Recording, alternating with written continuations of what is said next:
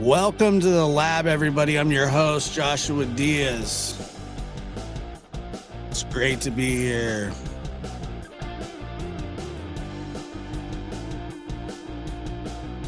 I'm not very good at this, huh?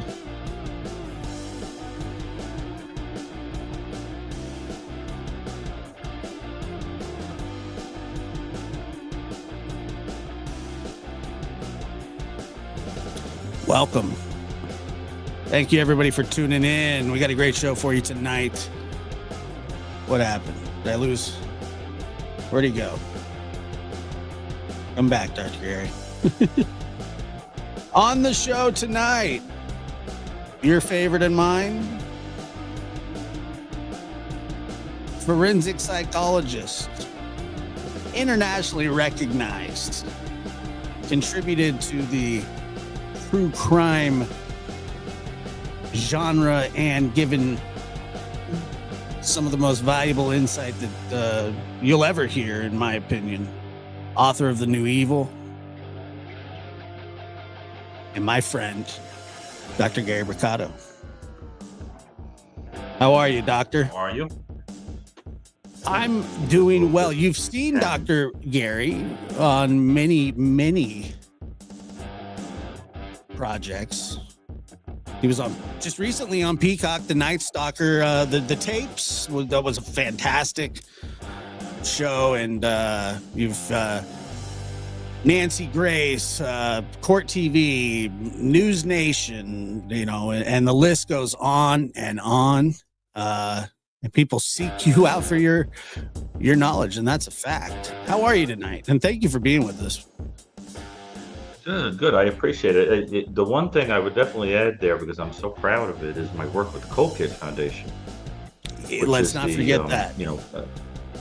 Definitely because I'm very proud of that work. That's the foundation that was started by the former FBI profilers, and the idea, of course, is that it provides resources to law enforcement and families that cannot crack a case. Because attention isn't being paid to it anymore, or there is no money available, or time, or people power available. And so you get these experts together in a kind of roundtable way, and they throw the kitchen sink at it, and they try to provide closure. Because everything we do always has to be centered on the victims. I think as we have this conversation today, let's remember to put our emphasis on the victims. Yes. Especially if we're talking about predation and these ugly crimes. And the Cold Case Foundation just does fantastic work. Your colleague and mine, Chris McDonough, who's a big part of the foundation as well. And that's actually how you and I met, was through Chris. And, what can I say? It's the rest is history, and we're off to a roaring start. But the Cold Case Foundation is something special, and I don't think people really understand how integral they can be when it comes to cases that I wouldn't say necessarily are forgotten, but that they, like you said, the money runs out, they have no more ideas, and you bring in these people like yourself and McDonough and Cooper and Dean. These guys have worked cold case many times, and have a very good at solving crimes. Specifically, Chris McDonough. I mean, the guy is kind of a detective extraordinaire, to be honest. He has an excellent rate of solving crimes, and had a very important specialty in working with child offenses, which most people don't want to do, but somebody needs to do it. But even some of the most grizzled, hardened officers will tell you, detectives, so forth, will tell you that working with the child crimes is just too difficult for them. It has to be personal for you. Yeah. You have to be, make good work out of it. So, is everybody hearing Absolutely. us well? Because there seems to be some sound problem tonight. Let's see what's Everybody hearing us happening. all right? Yeah. Are you Uh-uh. hearing me clearly? You're hearing Mm, me? I'm hearing you fine, yeah. But Okay. Yeah, somebody's because you're somebody's kind of saying this the sound is clicking in and muffled. out, but that's okay. As long, yeah, just so if I'm talking and you're talking at the same time, just know that I don't know that you're talking. Otherwise, I Oh, wouldn't be doing great. that. Well, that's awesome. Uh, Hold on. Throw me a sign or something. Let me just check my settings here. Hold Okay. Audience, on. just let me know if you're hearing me. I feel like this is the Ouija This is board the conversation. Shouldn't be. Spirits, do you hear? Is that any better? Yeah, you sound better now. Yeah. I do? Let me just see if the audience says they're hearing us. Okay, there you go. There's the It indispensable seems mod. like it got a little better. It's very okay. Good. All right. All right. So what we're gonna talk about a little bit tonight, and if there's time, we'll take some phone calls along the way if the Ouija board holds up. Yeah. Sometimes Right. sometimes it can be a little touchy. Uh, but we're gonna talk about predators, specifically. Um, you know, the Stephen Stearns case, or not Stephen Stearns case, but the Matty Soto case, and there was some. I wanted to talk to you about that case because he's alleged to be just this monster. I mean, and all of these things are alleged, and he's innocent until proven guilty in the court of law, and I understand all that, but these accusations are damning. There seems to be roots to them, and um, you know we have an audience of people and I've talked about this case before because it's one of the terrible parts of it is how do single parents you know trust anybody that they bring into their house. You know what I mean, that's a terrifying thought, really, if you think about it. um it's hard to know anybody, and people just absolutely uh prey on children, which is and you see that, Well, if this man is accused, if this man is guilty of half of what he's accused of, he's one of the worst people of all time.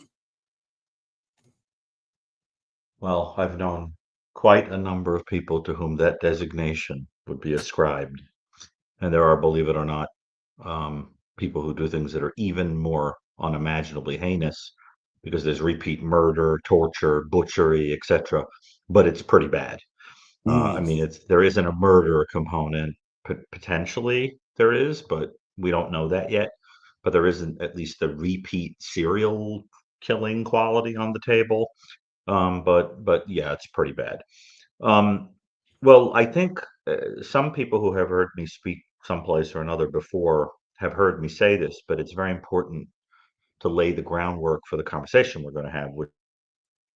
It's very important to understand the difference between empathy and compassion, because this is very critical for understanding how predator operates. By the way, the word predator, predator in Latin, means a plunderer or a thief. And the original concept of the word, the construct of the word is that something uses cleverness to rob something from you, which of course in most cases is your life or your innocence or something else. But it has to do with that idea of being shifty and clever and plundering something from a person, suckering somebody out of something, or robbing them out of something. And so why is this distinction important? Because you have to understand that empathy refers to the ability to read the needs and feelings of another person, but it's compassion that makes you give a flying leap about what you've picked up from the person. So if, for example, and I've given this example before, if a predator goes to a shopping mall and a 5-year-old boy has become detached from his mother, the predator will know that the boy is scared and sad, from reading his face, his crying, his gestures, and he will go over to the boy and he'll say, "Little boy, you look frightened. I'll take you to the desk and we'll make an announcement for your mommy. And if we can't find her, I'll stay with you a little while and then maybe I'll take you to her or whatever." But he doesn't care about the kid, but he uses empathy to know how to manipulate the kid. So it's incorrect to say that, like, for example, a serial killer or a serial predator doesn't have empathy. They don't have compassion, but they need empathy. The ones who groom you need empathy to feel the vulnerabilities that they're going to take advantage of. And that's very, very important because when you ask the question, how do people let these vampires in? It has to do with the idea that they are looking for people who have those vulnerabilities, and they're going to mimic someone who has great compassion for you and is the person that understands how special you are and how wounded you are. And they're going to come in through that door like a rescuer. And the trouble is that it's impossible to tell apart a person who has empathy and compassion and a person who just has empathy and is going to use it to hurt you at first. So the person's going to use all that empathy and love bomb you and tell you how terrific and fascinating and beautiful and interesting you are. But when you're dealing with somebody of the type that Stearns is accused of being, the idea is that they may have even seen the child from afar and wanted to get into that home for that reason. Those who have read Lolita, the book by Nabokov, know that in that book, he eyes the 13-year-old girl immediately and marries her mother to get to her. That's the whole point, right? Right. She's out there in the yard and he wants her. So he marries the mother, sleeps with the mother, the whole thing, just to get to the kid. It's a Right. long game to get to the child. So you want to understand that doorway that empathy can be for people, and people who have vulnerabilities can sometimes be preyed upon by people like that. But that doesn't mean you shut your heart down and don't let anybody be kind to you. You just have to give it a little time to figure out who's taking advantage of that. Now, by the way, I didn't know anything was going on with your grandma. Is she okay? Yeah. Yeah. She's all right. Yeah. Oh, Miss Curry. I think Miss Curry what's the just matter? checks in on her. Nothing. She's fine. Oh, they're just saying she's Healthy hope as a she's doing rhino. That okay, not one. that anything, you know. She's Okay, gonna. good. Somebody's gonna tell her that I said she was healthy as a rhino, and then it's gonna come back to bite me in the ass. Yeah, right. But yeah, Now, she's very, she's a tank. well, she's very important to you, so I got to make sure.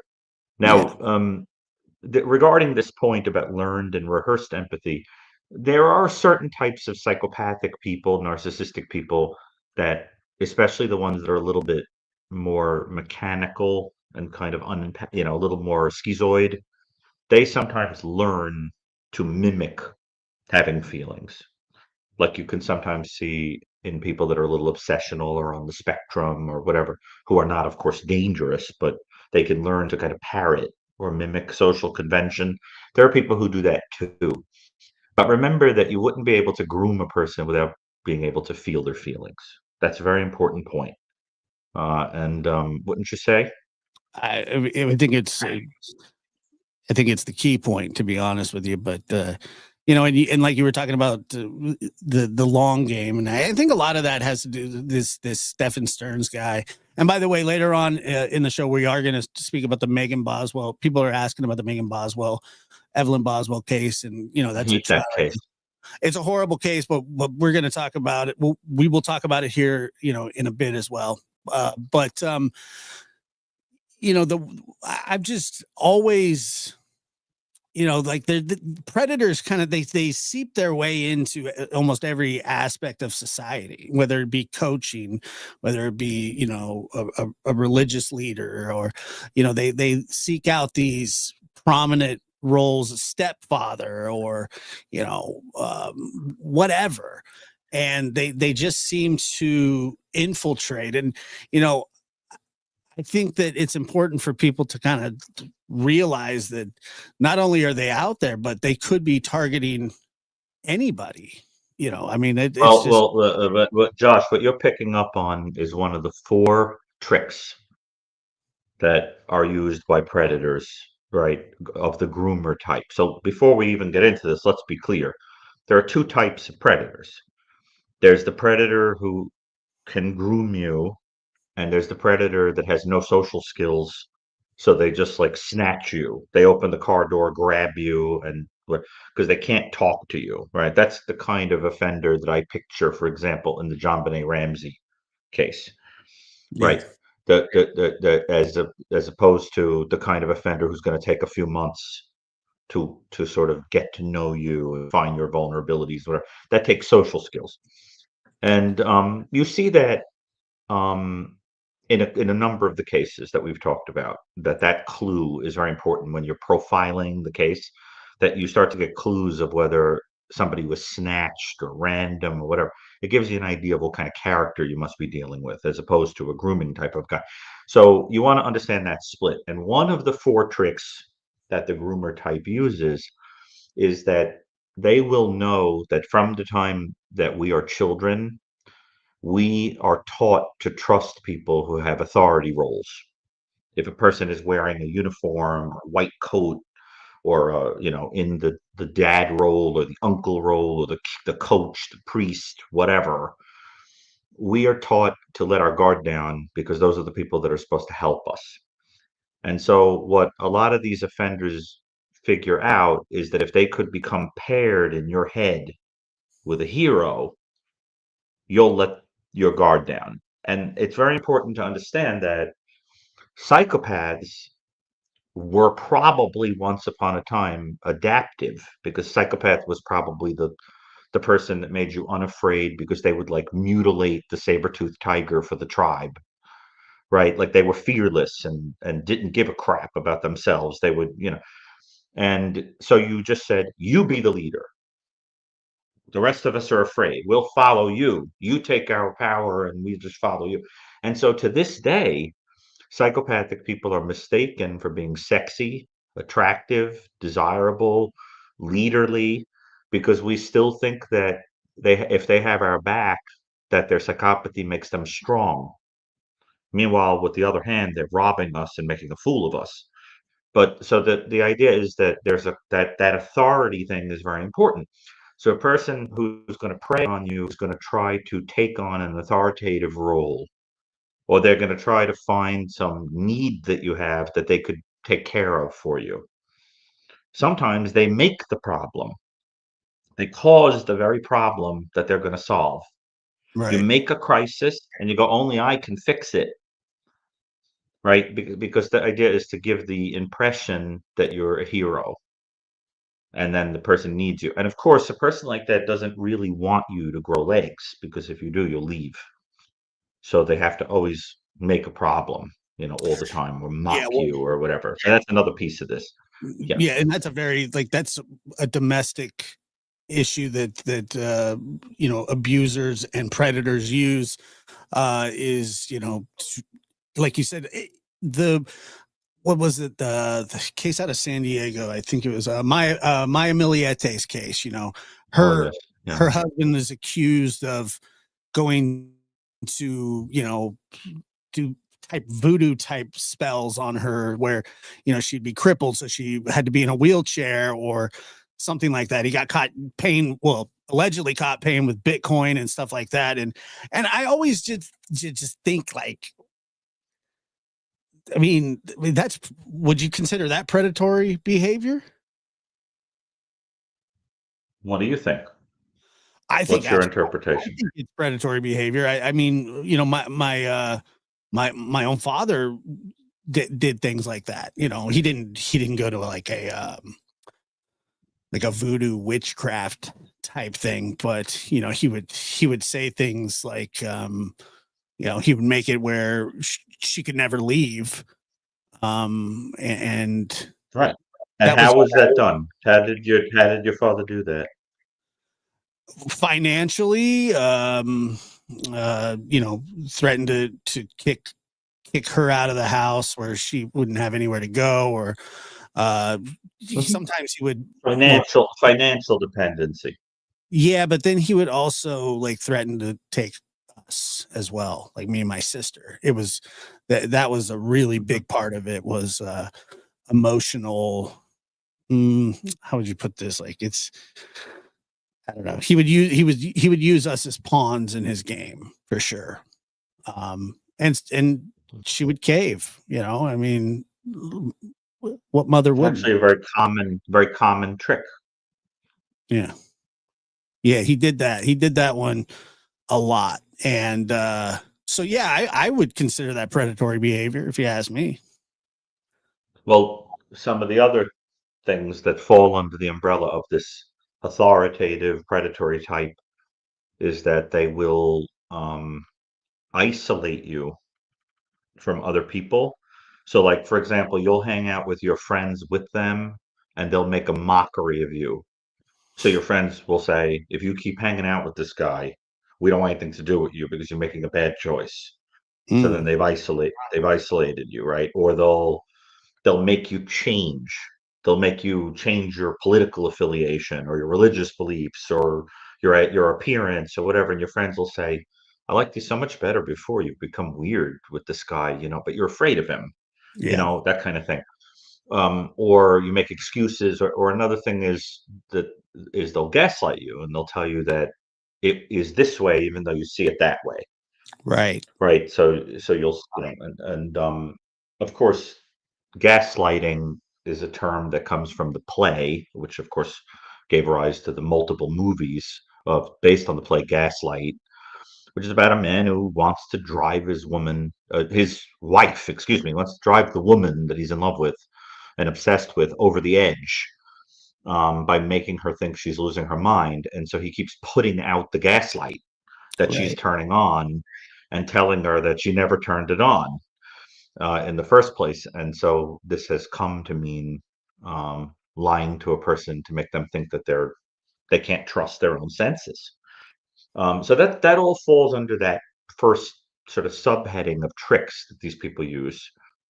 And there are other ones we're going to get into, but I think those are some of the more common Oh, ones and you're going to here's see another one in that I think. terms of domestic predation. Yeah. Uh-huh. Here's another one, and I think I've mentioned this to you before, but I mean, he my father, he even threatened to take a razor blade to my mother's face so that nobody would ever Well, find her attractive. I mean, I'm sure that's a common one too.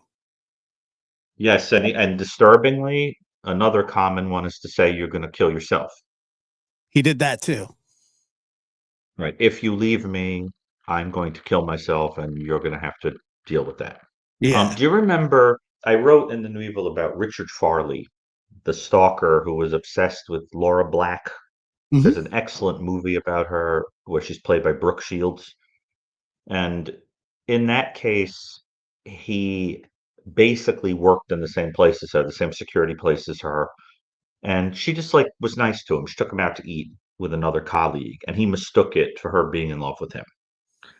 And he developed what might be called an erotomanic delusion, where you misinterpret someone as being in love with you who doesn't even know you're alive, basically.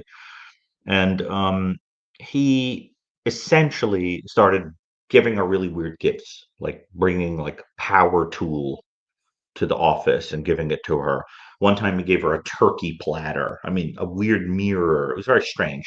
And he became so obsessed with her that every time she would move to get away from him, she would go out to the car and find on the windshield a photocopy of her new key. Like he would manage to get a copy of her new key. And that was his way of saying, you're never getting away from me. And what finally happened is he decided, after she got a restraining order, that his way of punishing her was that he was going to commit a mass shooting at her workplace, but he wasn't going to kill her. He was going to shoot her coworkers so that she had to believe that she was responsible for their deaths because she Wow. said no to him. You see what I'm saying? And so, oh, let's see. My dad bit my mom so hard in the face and dumped boiling meat at her to try to make. Yeah, it happens. Hmm. There's a whole world of men who do that, who will disfigure, for example, a woman that rejects them. I've heard of acid throwing cases, for Yeah, example, me like too. that.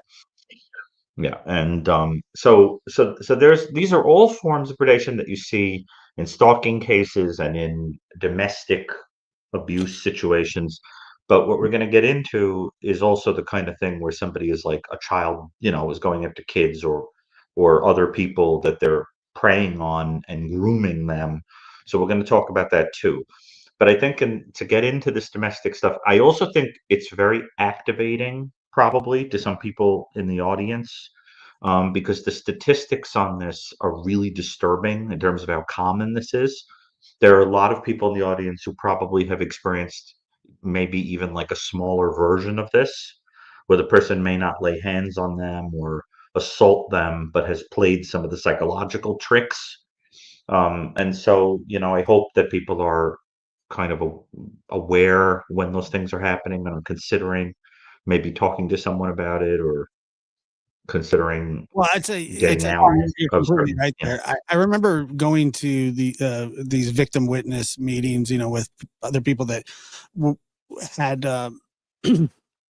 domestic violence. They come from families of domestic violence that ended in murder, or basically that's what it was. And some of the stories you know that I would hear was just some of the most horrific things, and, yeah. these, and a lot of the people that were there that would speak with and interact with, they were older than I was when the event happened, and it seemed to affect their life even more because a lot of these kids end up in the system. They end up, I mean, they don't have anywhere else to go. They don't come from a family that, has a strong structure. So they go from one hell to the next. And not saying, and I get it. I understand that, child services and stuff like that is a necessary thing. But, when we were, we were on the verge of that as well. And then my grandparents were like, well, that's just not going to happen. And Right. you end up in a system that doesn't really care about you, and Well, it's tough. yeah.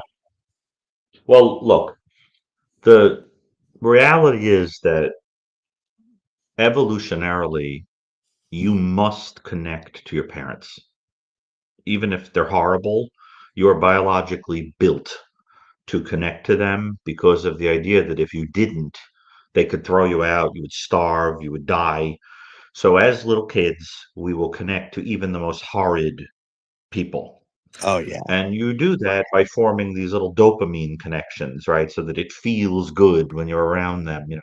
The problem is that if you form little dopamine bonds with people that are treating you badly, for the rest of your life, you'll go out seeking partners who treat you badly because that's what feels good. That's what's going to give you the dopamine kick.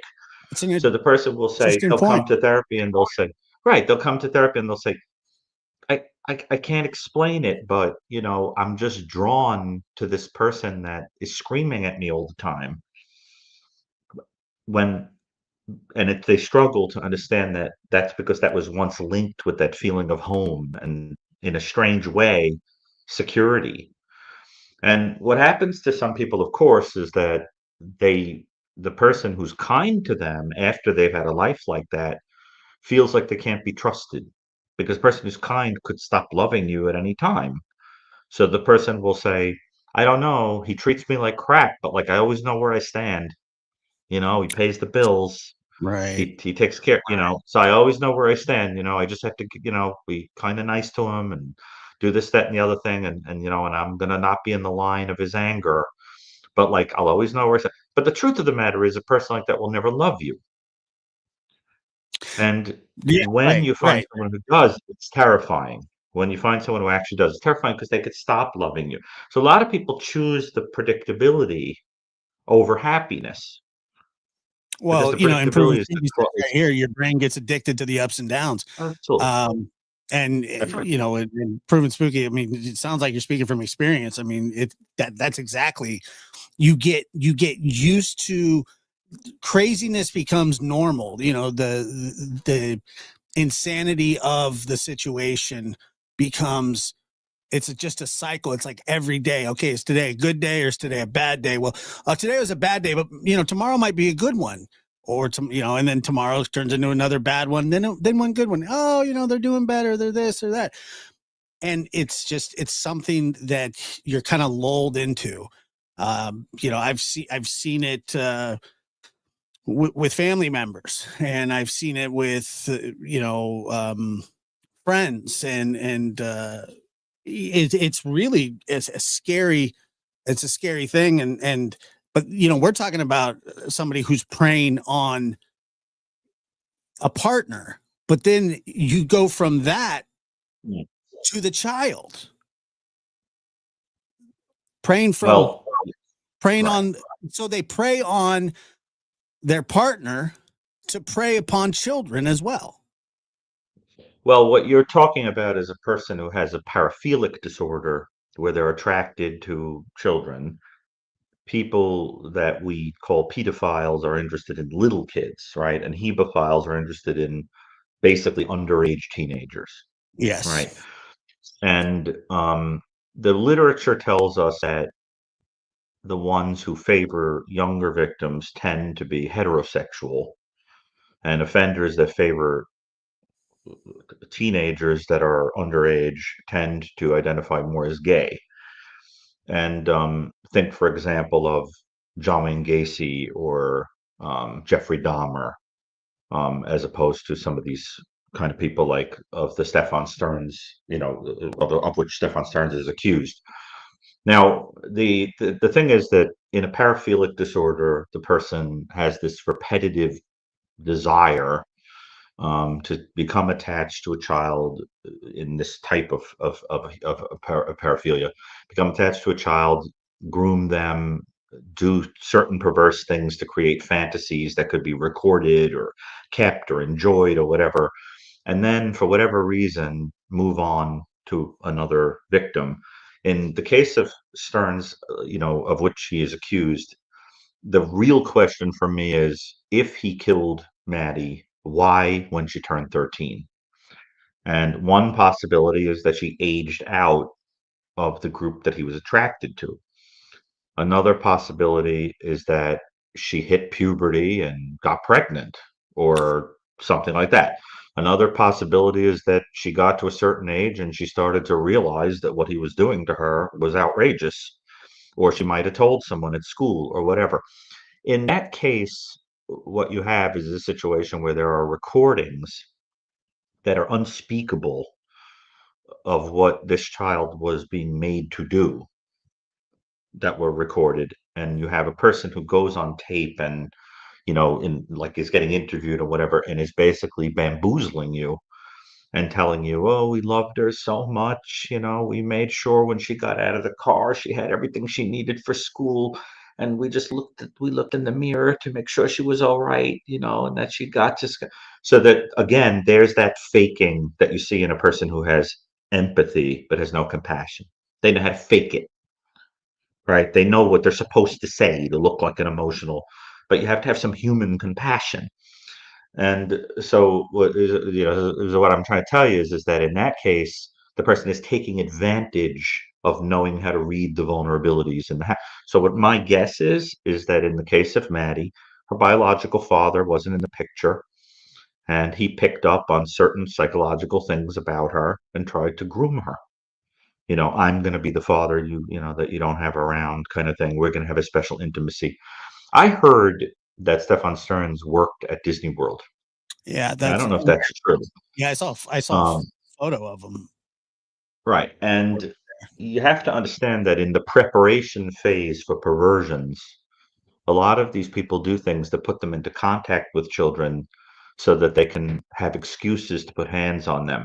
John Wayne Gacy dressed like a clown so the kids would climb all over him, so he could start to have contact with them, I'm sure was the original reason. Think of the Beast of Jersey, the serial offender that used to wear that hideous outfit with the melted masks and the bracelets with nails on them and the whole thing. He used to dress up as Santa Claus at Christmas to let the kids sit on his lap, and then eventually created this hideous costume that he would wear when he snuck into a kid's bedroom to steal them. He would be wearing that hideous costume, because hiding behind that hid, the what he was actually doing.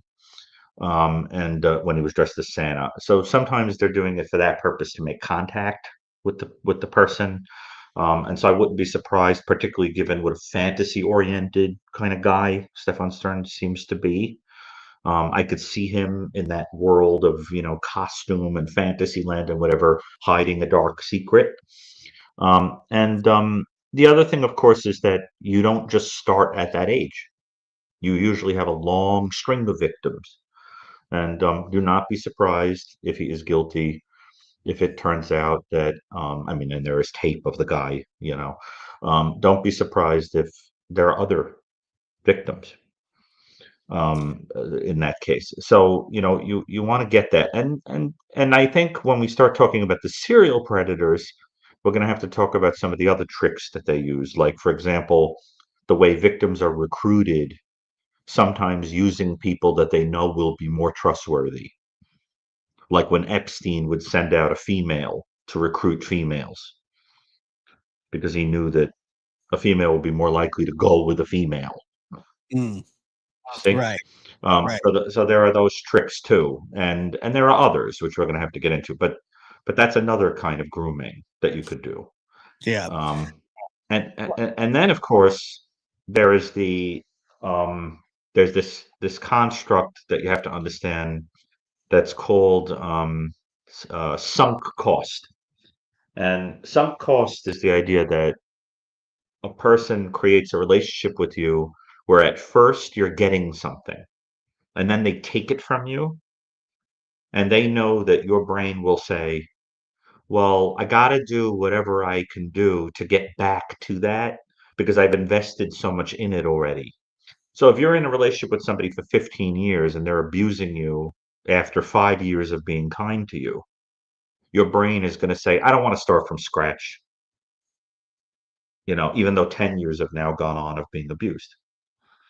It's that idea of feeling like there's been a cost to you and you want to try to get something out of it to justify it. That's another thing that these people do. They know that if they give you a little bit at first, like a slot machine, you'll keep Yeah. investing. Because think of a slot machine. You put in $10, you win 20. You put in the 20, you win 50. You put in the 50, you win 100. Now you lose the 100, go all the way down to nothing. You put in another $100, you think you're going to win back the original 100. You lose that 100 and you lose the new 100 you put in. And you say, I got to get my original money back. All I need is a windfall. So you keep pumping money in. And eventually you've lost thousands. But it's the idea that you think you're going to get back the original thing that keeps you doing it. And the random ratio of reinforcement, the random kindness of the person makes you think, if I just pull this lever one more time, I'm going to win. Mm-hmm. All right. Right. So they'll give you random. Oh, I see. Seth is here. Sebastian's dad is here. I wanted so badly, Josh, one day to talk to um, Sebastian's dad together, I and think I, you would and love I, I don't that. know if he's up for that, but one day we got to do that. I really would like to get to know him. Well, I tell you, I floated that. Yeah, he would love that. I think he's looking for Well, let's advice. see what he says in the audience. If he's up for that, I think it would be interesting to talk to him. Yeah, And he seems like I would going like through a lot.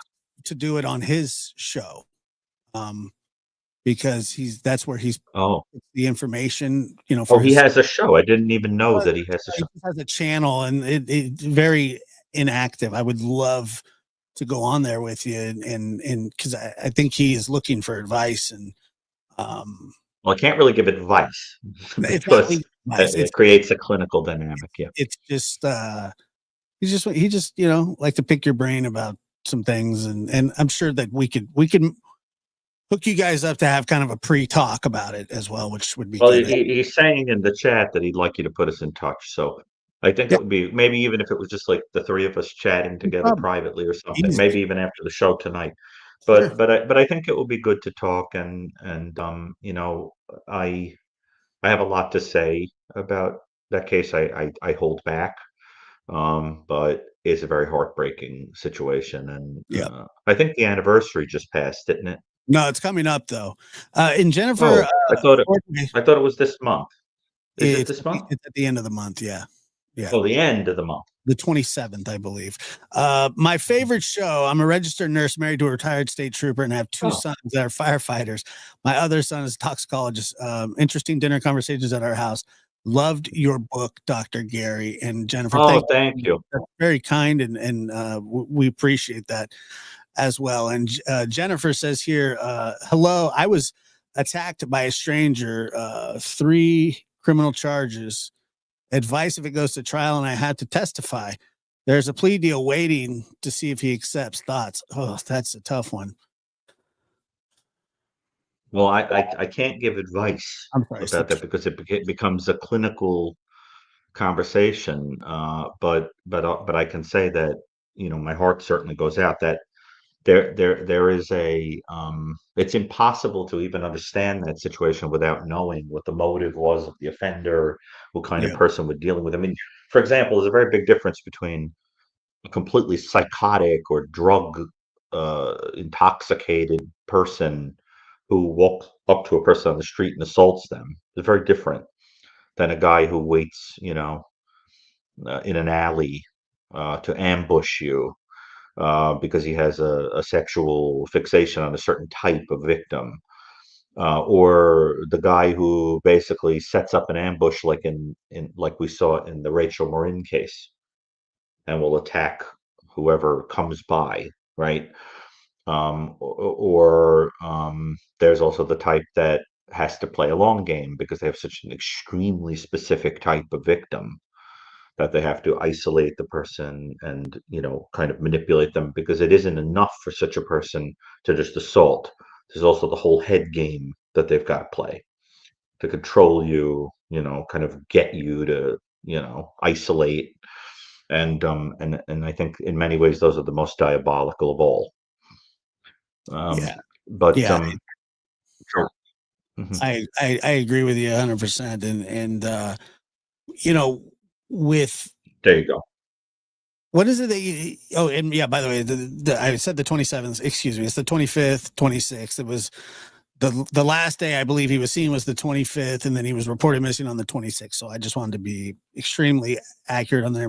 Sometimes I'm off. I knew it was in February, but I thought it was earlier for some No, I mean, reason. we're coming up Yeah. on a year, man, and it's crazy how how much time has passed already. It just feels like it was just announced just the other day. But um, what do you Isn't make of time passes slowly for me and you? Imagine how I mean, quickly, imagine how it feels for the people I, directly involved in losing, I yeah, I agree with missing the that. child. So Stefan Stearns has filed a motion Ugh. to take the death penalty off the table. Um, Yeah. which I think is a standard move. In Florida, they do use the death penalty. There's been some laws that have been changed because Nicholas Cruz was spared the death penalty by one juror. And so this has been filed. And what do you make of that? Is it just standard operating procedure? He has pled not guilty to everything. Well, Everything. let's put it like this. I think that in previous points in American history, the decision that somebody is going to be put to death has had a different meaning. Until the past few weeks, for example, the death penalty was just nominal. Chances are it would never be carried out. Now, in the new presidential administration, the new political environment, a death penalty may very well be carried out. Well, I mean, Florida, And so Florida, what you're right, Florida is and active. right, and then you've got us right, Years. right. But what I'm saying is in different political environments, you have different degrees of clemency. Let's put it that way. And what I think is right now we're in a very different setting.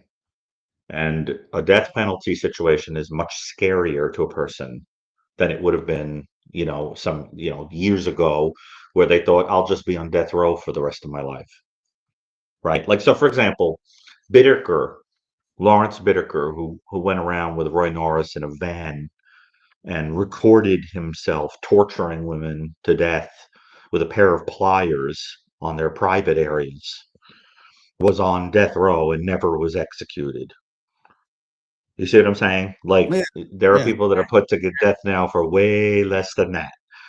And so that I think that what you're starting to see, for example, even the Idaho case, is things get very different when in 2025 you've got a case where you may face the death. Because I think people are thinking, wow, I may actually be killed. In the Idaho case, there's the possibility of being shot to death by a firing squad. yeah. So things get very different when that's on the table. And you have to Well, I mean, remember, for what are the some of these chances that they offenders, they don't want to miss out on the opportunity to yap up to the whole world about their crime. what are the So chances that that somebody, they actually do that though? I Use don't the think the violence. chance is as low as you think. But I think that in you also want to remember with certain types of offenders that you almost want to go in and say to them, as they did with people like Bundy, you almost want to go in and say, don't you want a chance to tell your story, to correct the record, to be in the limelight? Why don't you just come clean and admit what you did? Because then you can make a deal to escape getting executed and gas these people's heads up. So I think it becomes a gamble, like how much of this can I get away with? And then if it looks like they're losing that game, some of them will cut their losses. And I mean, I don't understand. Look, I'm not going to adjudicate a case that hasn't gone to trial, but the fact of the matter is, it's very difficult to have a defense where you are on tape forcing the Yeah, no victim to doubt. do something. I mean, what are you supposed to say? It's a deep fake. Yeah, I It mean, was and somebody else, you know? I don't know what the defense is going to be. I mean, if they have the evidence that they're claiming that they have, and I fully believe that they do because uh, I mean, look at the guy. He's just I mean, I've heard the things that come out of his mouth, and even from his mother, even from his mother or her mother, excuse me, which I also have an issue with, but it sounds like that she's probably going to be offered some sort of deal to testify against him, and if she hasn't already, but Right. with him, I know that there are people that are not in favor of the death penalty, and I can understand your feelings towards it and things like that. I haven't met too many people that have been victims of their family of a violent crime that have too many issues with it. I'm sure that they're out there. I haven't talked to many myself. You feel different when it kind of hits home. Well, you know what? It's a little complicated because the way that you feel about the utility of the death penalty is going to be very much related to what your beliefs are about what happens after a person dies. Because if you believe that a person who's, I don't know, let's just say, I'm just going to pick some bit, let's say a serial killer has assaulted, mutilated, killed, tortured, I don't know, 20 people. And now they're on death row, they get executed without much pain, promptly executed, and then you believe that they're just going to go into the soil, then you're going to have a very different feeling about thinking, I'm dispatching this person to God who will judge them and they may spend eternity in hell. You'd have a very different attitude about it. And then there are the people who take very seriously their faith and say, Christ was executed and forgave the people who were executing him while it was happening. I mean, what are we called to do if God himself forgave the people who were nailing him to wood? Let me ask you So that it gets very, very complicated. Right. before you go any further than that. You make a really interesting point there. I have always thought that the the men that were nailing Jesus to the cross went to heaven. Based on what? Well, Jesus said, "Father, forgive them, for They they know know not not what what they they do. do." Yeah, for that particular sin. But we don't know what other ones they You think committed. so? We don't know. He didn't say forgive them for everything they ever did. He said I don't forgive know, them for that. man. But the point is that you know who nailed Jesus to the cross? I did. Yeah. You did. Yeah. We all did. Right. Every one of us did. And so the question of where we go is a much deeper point.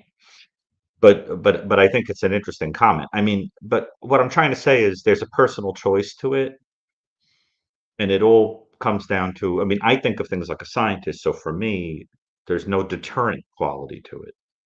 It doesn't do anything to deter crime.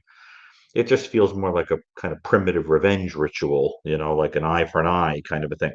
But I understand it. I can understand it, especially with certain offenses. Michael Stone, my mentor, my dear friend, co-author in The New Evil, taught me everything he knew.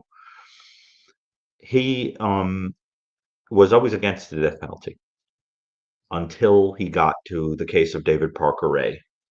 And when Yeah. he got to that case, I'll never forget it.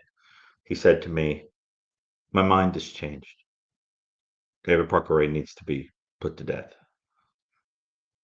I mean, he was dead already. He told me the story retroactively that he had changed Right. his mind and David Parker Ray Right. needed to be. So, look, I'm not here to judge anybody for their opinions on that. I think it's Me very neither. fraught with philosophical, spiritual things, and I also am not in a position of dealing with a person who snatched my loved one out of the world because of their ridiculous, outrageous, perverse Yeah. needs. Right. And so I cannot judge that, not one drop. But I think that I could see it from both sides. And let's just say, I hope to God I'm never in the position of having to make a choice about Eve how I loves feel God. about it. Eve loves God says here, my cousin's murderer is living in a plush prison, transferred from death penalty. But we didn't want the death penalty anyways. I mean, And I, I'd love to know why. I would love to know why, Eve. That's very interesting.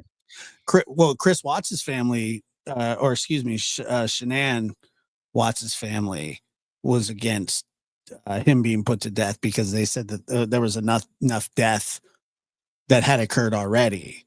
And I can understand that viewpoint too. Uh, Cherry Max says, I Well, feel like life in prison is more torturous than death. Could be. well, I noticed that Seth posted, "Is it wrong that I can't forgive any who have hurt my son?" I think this is an example of where you have to go to the spiritual, and you have to remember that one of the things that is so beautiful about the Christian perspective is that in that perspective, God took a taste of his own medicine. Everything that humans were expected to go through, he did. Anything that you've ever experienced, whether it's alienation, hunger, abuse, even losing a son, God has been through too. And it's very, very important to understand that you can sort that out spiritually. I think God understands when it's very difficult to forgive something like that. It would be only human. I wouldn't say that it's wrong, but I think that a person has to strive to kind of get to a place of making meaning and not walk around consumed, because then two lives will be destroyed, and then maybe three or four or five, or maybe more than that. But it's a big ask. And I think if I were in the situation, I'd be consumed by all kinds of feelings also. Wouldn't you, Josh? I mean, I still am. Yeah, to this day, I still Right. am. I mean, yeah, I've gotten all kinds of advice over the years. People saying, he's your father, you should forgive him. Mm. It's not, you don't want to hold on to that the rest of your life, or so on and so on and so on. The best I could tell you, Seth, is that nobody can really tell you how to feel about it, and forgiveness. Personal. What's that? It's a personal matter. It's a personal matter, and um, I think that feelings like that are valid because there are some days where I seem like I'm more forgiving than others, and then there's some days where I just don't feel forgiving at all, and I go back and forth with it, which is probably not healthy, but that's kind of something that Right. I do. You're doing Yeah, something different than the average person, Josh, because you channel it into something good. What you're doing is you're taking it and you're going out and you're saying, look, I can't undo that, but I could help somebody else through it. I can talk about it so maybe it doesn't happen to someone else. And that's the only way to get any kind of feeling of justice is you have to channel it into helping another person because your own cannot be fixed. It's not possible. The hole is gaping.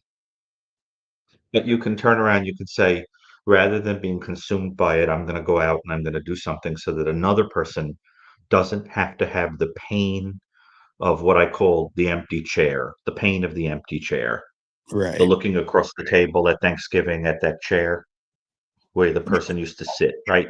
but what is Or forgiveness? Christmas or That's New it. Year's or I mean, whatever. Right. what is forgiveness? I mean, I think Well, it's different. I think It's yeah, different right. for everybody. It's all relative, to be honest. Well, you have to ask yourself who it's for. See, it's one thing to say, I'm sorry. It's another thing to fill what has been caused by that event. Do you remember, Josh, did I ever tell you the story about the guy who had the neighbor that kept throwing garbage over the fence? Did I ever No, tell you this story? Okay. You know, I'm sure you love my stories, but I'm going to tell you anyway. By the way, hello to 12 Gauge. That's a person who has a podcast that did very elaborate coverage of the new evil. So I appreciated that he walked through the whole scale, shout in a out really 12 interesting gauge show. investigate. Yeah, Investigate. really, really, really interesting. Definitely worth watching. Really nice guy too, smart guy. But so the story goes like this: this man has a property that is adjacent to another guy, and there's a very low fence that just like kind of comes up to your chest. And the one guy living on the left side of the fence is a total jerk. And he does everything you could do wrong. Blasts loud music, has parties, throws cigarette butts over the fence, throws garbage, steals things off the tree, the fruit tree growing in the other guy's fence, lets the dog pee, on the other guy's side. And the other guy comes out and says to him, I cannot even begin to tell you how many things you have done that are not neighborly, that have hurt me. And some of them are really bad. Like you've broken my windows by throwing things like, you almost set the garden on fire at your stupid barbecue party last week. Like everybody got drunk and kept me up till 3 o'clock in the morning. Yeah. And the other guy says, well, I'm sorry, but I somehow like I don't have insight. Like I didn't even know that these things were getting to you. And the guy says, okay, what I'm going to do is I'm going to get this big board, this scoreboard, and I'm going to hammer this piece of wood into my garden. And every time you do one of those stupid things, I'm going to make a mark by hammering a nail into the board. And you're going to see how quickly those nails collect. A few weeks later, there's like 200 nails in this board. And this other guy says, wow, I didn't realize that I had hurt you that much. I want you to tell me each thing I did so I could say I'm sorry. And you could pull one of those nails out each time. So he says, let me think about this. I guess it was wrong that I stayed up till 3 in the morning and caroused and kept you awake. Good. Nail comes out. I guess it was wrong when I threw half of my hamburger over the fence and left it in the yard. Yeah, good. Nail comes out. And it goes on and on and on. And over a couple of weeks, he manages to get every nail out of the board. And he says, are we even now? And the neighbor says, very good. The nails are out. Now, what are you going to do about all the holes you made in the board? Okay. Right. Now, what's Yeah. the significance of that story? The Uh, significance is that it is one thing to say, I'm sorry, everything's hunky dory. It's another thing to fill the void, to make one whole. And the real question Seth is getting at is once I get beyond the emotional, what do I do with that void? How could that ever be filled? It can't. except to go out and try to keep somebody else from ever feeling the void. So you have to find a way to channel it into something else. And that's what you're doing, Josh. Let's face it. I mean, everything about this show is a channeling. And in doing that, you're helping a lot of people, you see? Yeah. And it certainly helps me.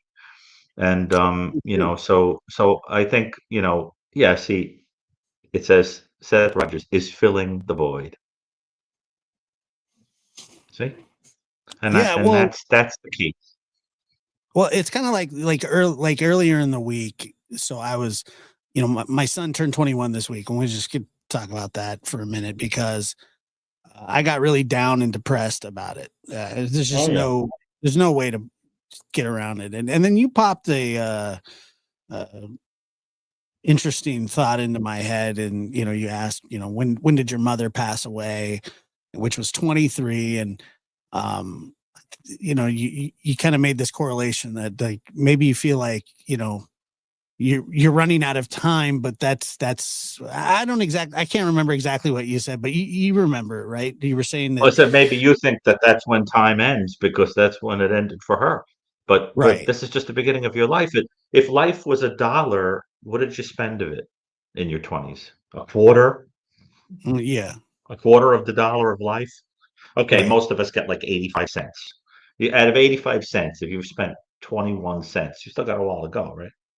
Yeah, sure. But it was an interesting correlation. I didn't even think about it like that, and there was a lot of emotion about it, and I was just I was just struggling, and although I'm feeling much better that now, but look, Rosie says my son turned 21 yesterday. It's a weird feeling. I mean, It's a for weird some feeling. reason, it's a weird feeling, but it's like I said, I just sometimes I feel selfish thinking that way because you know for obvious reasons. You know what I mean. Well, It's just having worked with people for years, Josh, in therapy, I've learned a thing or two about the weird ways that the human psyche operates. It's kind of strange and beautiful, and at the same time. And one of the things I've learned is that some people who go through painful things wind up becoming parents very young. They get out of their situations. They have kids young. And then what happens is that when their kids grow up and the kids don't need them anymore, they realize that the thing that was distracting them from having to face their own demons is finite. And that once that's gone, the kids are out of the house, then the onus is back on them, right where they went into the permafreeze, right where they went to sleep before the kids came. And they say, I never resolved that stuff. I was too busy being altruistic and taking care of them. no doubt. And then and then once they're out of the picture, then goes right back to Yeah, where it left off. you have to You stare yourself understand? in the mirror. Yeah, you're like, okay, well, my problems are apparent, and I'm gonna have to deal with them because there's I can't just focus on my children anymore because they're living their lives, and when they need me, but when they don't, they don't. And so, you're left with yourself a lot, no matter what. And I think parents deal with That's this all right. That's all right. quite a bit. I Well, it's alone is a very interesting construct. Remember Byron said it's in solitude that we're least alone. Yeah, that makes sense. Now, well, because think about it, when you're by yourself, you have the haunts of everybody that you've ever known.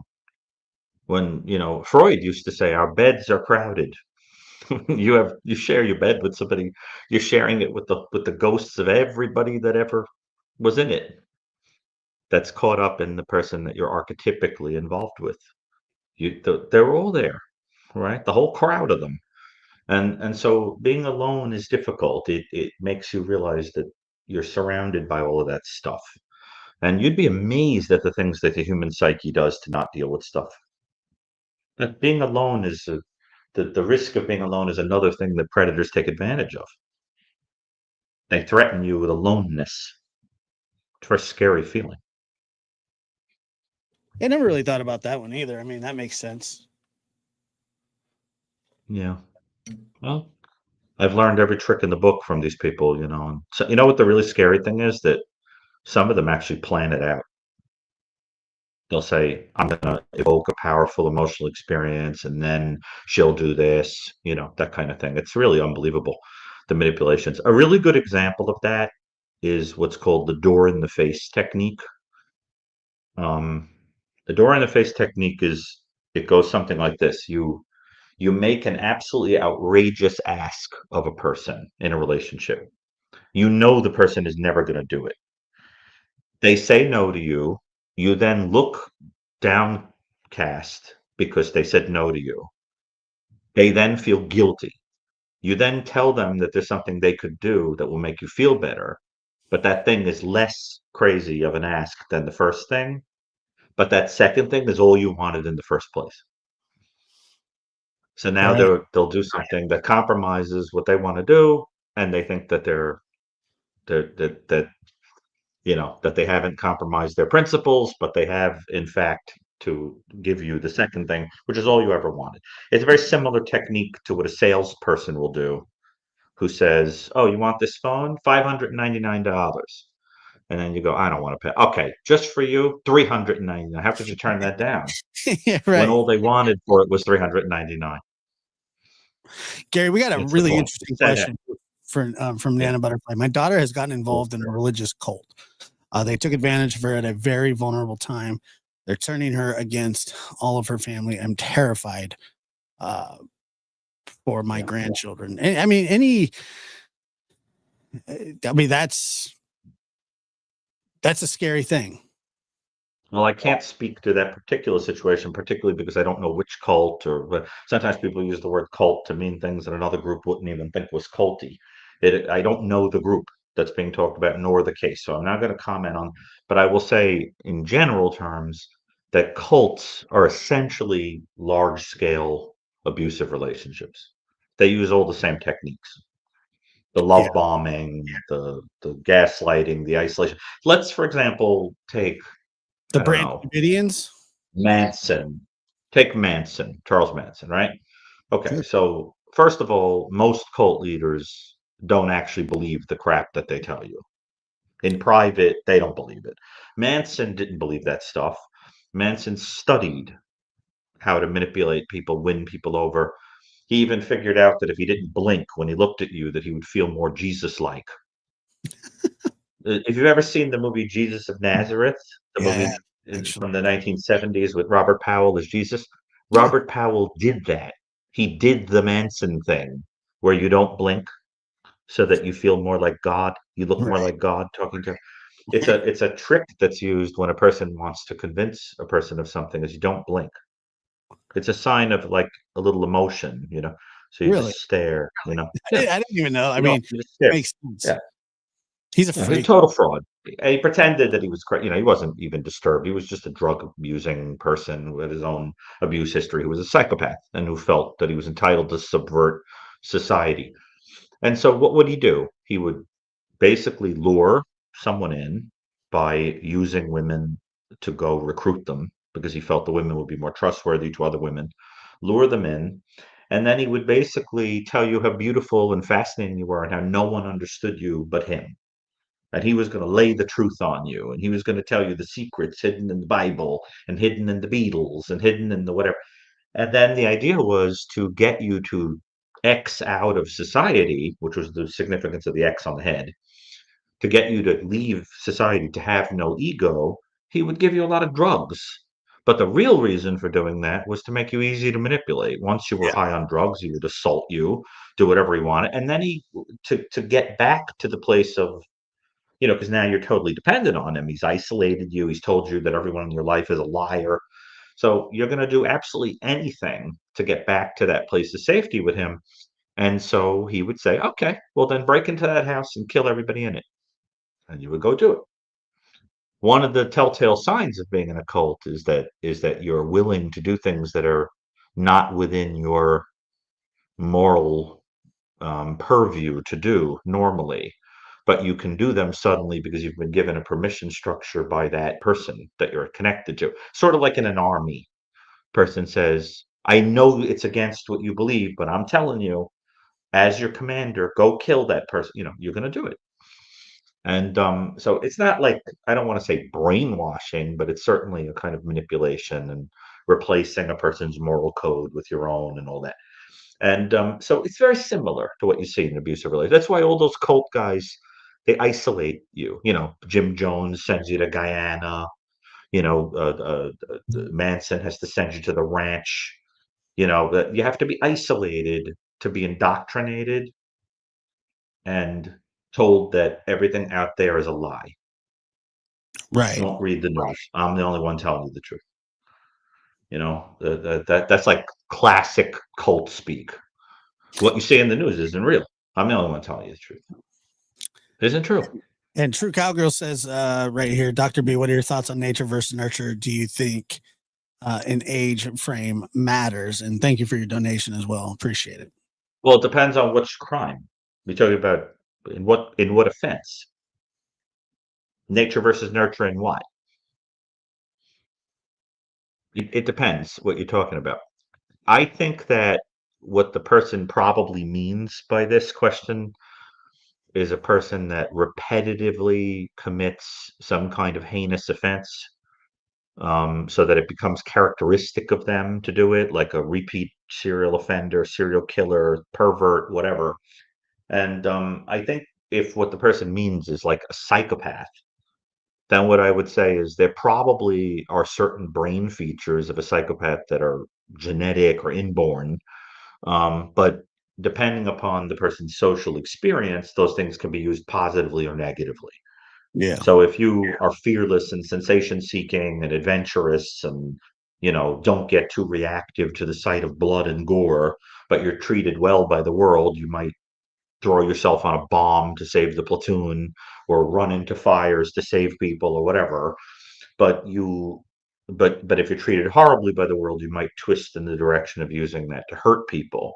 But I think some part of that willingness to that callousness and all that, it probably has something to do with like the amygdala, the frontal lobe, the emotional centers of the brain are a little different. But those people, they could do something pro-social. I was just looking at a case like that for Court TV of a guy called Brian Hoey, I think it is, who decided that he just wanted to kill a homeless man and take his eyes out and keep his head to see what it felt like. And he was a kid that I think if he had been treated a certain way, it might have been a surgeon. He was very interested in that, in surgical, looking inside of bodies and things like that. But he went the other direction because he was sort of mad at the world. You see what I mean? I mean, you kind of, it all depends on which way you're twisted by life. Think, Right. for example, Josh, of people who are in the true crime world like me or like you that understand offenders and their tricks. Imagine we had been treated badly by the world and wanted to work for the other side. We would think a lot like the offenders. And we Yeah. use it in a pro-social way because somebody loved us. You know what I'm saying? So that's the whole thing. You definitely want to understand that. Um, do we have any other questions? Are we doing any call-ins, by the way? I haven't. I Or haven't. do you want to show the Stearns video? Yeah, I wanted to watch a little bit of this, and then we can Okay. react. He sickens me though. I'm not gonna lie to you. Watching him is like vomitous. Yeah, that's But true. if we have to, we will. Yeah. Oh, we don't have to. We can though. No, no. Let's watch. I think it's That was instructive. earlier It's he's today. so gross. Yeah, let's break them down a little bit here. No idea. Now remember, this guy is still, innocent until proven guilty, right? But I think, we have to look at this through an unbiased lens, but we can have opinions on what we think. Let's do it. It was sometime today. So being that you're here, we're here, you were taken here by detectives, I just need to get this out of the way just so we can talk about how we're or where she may be, okay? All right. Have you ever been in trouble ever in your life? Yeah. Okay. Have you ever had your rights read to you at any point in your life? I must have. Gotcha. Okay. Well, I'm going to do them again just to get it out of the way, and then we can talk about school and stuff like that. Okay. All right. You have the right to remain silent. Anything you say can and will be used against you in the court of law. You have the right. And so, who's going through the bedtime routine? Because I know Jennifer says she has somewhat of a little routine too that she does. Is it her you're talking about? Jennifer's routine is taking her meds, eating some food so that she can have the proper calories for the meds. And then she's got about an hour to do whatever she needs to do because she needs to fall asleep at that point. Okay, gotcha. Her bedtime routine is taking her bedtime meds, brushing her hair. She should have showered that night. I think she goes to bed as well. Usually with some bombs or something on in the background. Bombs burgers. Got it. What are the sleeping arrangements? She sleeps in. Okay. Did she sleep in her bed Sunday night? No. I was just back. I'd been away for a couple months. We in the same bed together, so to get some serious sleep. So she said no to that and suggested that the guest room upstairs had a big enough bed. So some snuggle cuddle time that would suffice, and Jen would get to sleep in peace. Okay. So you say snuggle time. What does that mean? I like to be alone. She's extremely dependent. She does not like to be alone at all. She needs human presence around her. Gotcha. He was away for a few months. Trying to. And to be honest with you, and I don't know if people get upset about this, and I don't mean it in any way, but I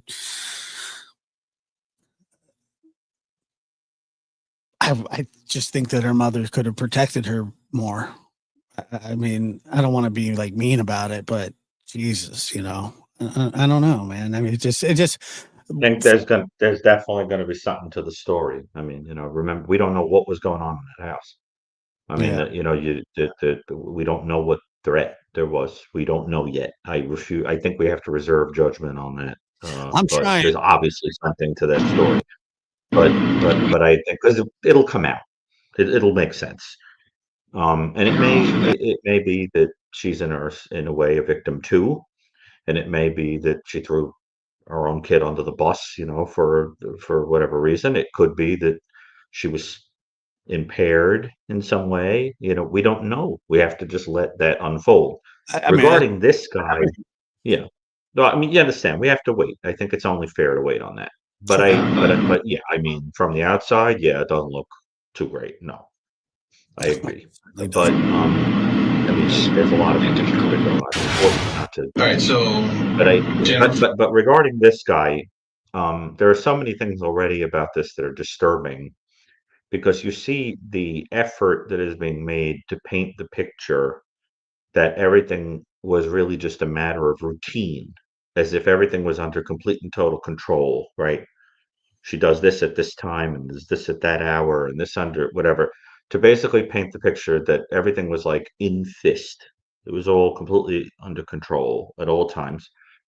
And that he is the hero and the victim at the same time. I mean, this is very common in Predators, right? So you listen to him and he somehow is being put upon. He is being unfairly accused. Right. I mean, can you even imagine? I mean, not only did I not do anything, but I mean, I went out of my way to be there because she couldn't even be by herself. I mean, can you even imagine? So that this kind of a person, it isn't enough to lie to you. They also have to get you to think that the whole thing is upside down, that the accusers are the evil ones. And Condensed Sleep says innocent until proven guilty. Yes, that's in a court of law, and I'm not going to disagree with you here, but I mean, there's a pretty strong arrest affidavit that was written with a lot of evidence against him. So while while he is not officially convicted, he's going on trial with a lot of evidence against him. Now, once again, everybody's but you can just hear the things that were going on in that house from both of them that don't make any good sense at all for a child to be in the situation that she's in. It doesn't make one bit of sense. There is no excuse, and I mean this wholeheartedly, for this man to have slept in a bed with a 13-year-old, 12-year-old, 10-year-old girl that's not his daughter.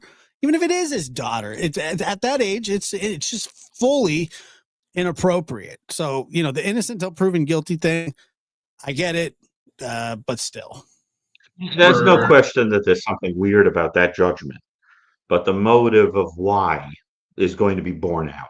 There's definitely going to be a why. We just don't know what it is yet, and that's what I'm reserving judgment on. But I think in his case, I mean, look, the fact is that if this guy turns out to be guilty, and the case certainly doesn't look great, if it turns out that this guy is guilty, then what we're dealing with is a person who went out of his way for years to systemically create a situation where somebody is completely dependent on him, who is doing something that they would increasingly, as they get older, realize was outside their comfort zone and wrong. And they would have, of course, known it even as a kid. But more and more and more, particularly as their friends are discovering sexuality and entering puberty and everything else, you could just imagine this guy getting scared. And she was going to go to school and somebody was going to say, "What happened to you? You do what on camera?" Like that. And this guy getting spooked. And you have to admit that, like, his stories that he tells, they're pretty stupid.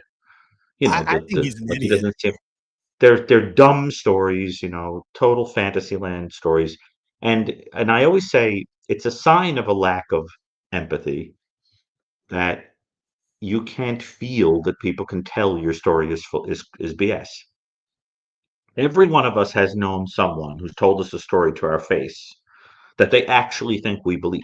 And it's ridiculous. Like no one would believe the story, right? Like oh, I'm sorry, I'm late to dinner, I didn't Ma. want McDonald's, all that Where kind were you? of Yeah, right. where were you? Oh, a ninja jumped out of the car on the highway, attacked the windshield.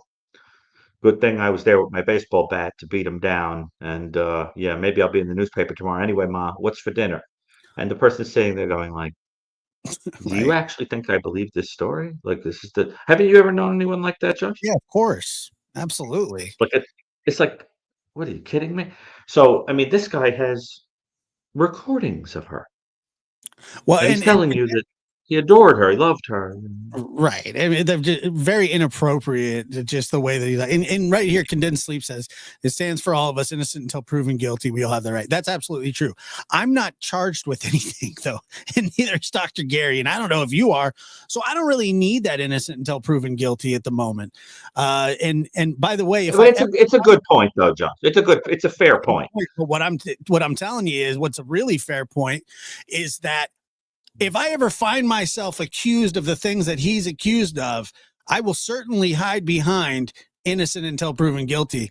I'm not indicted for anything like that, nor are you. So he can lean on it. When you need it, you'll need it.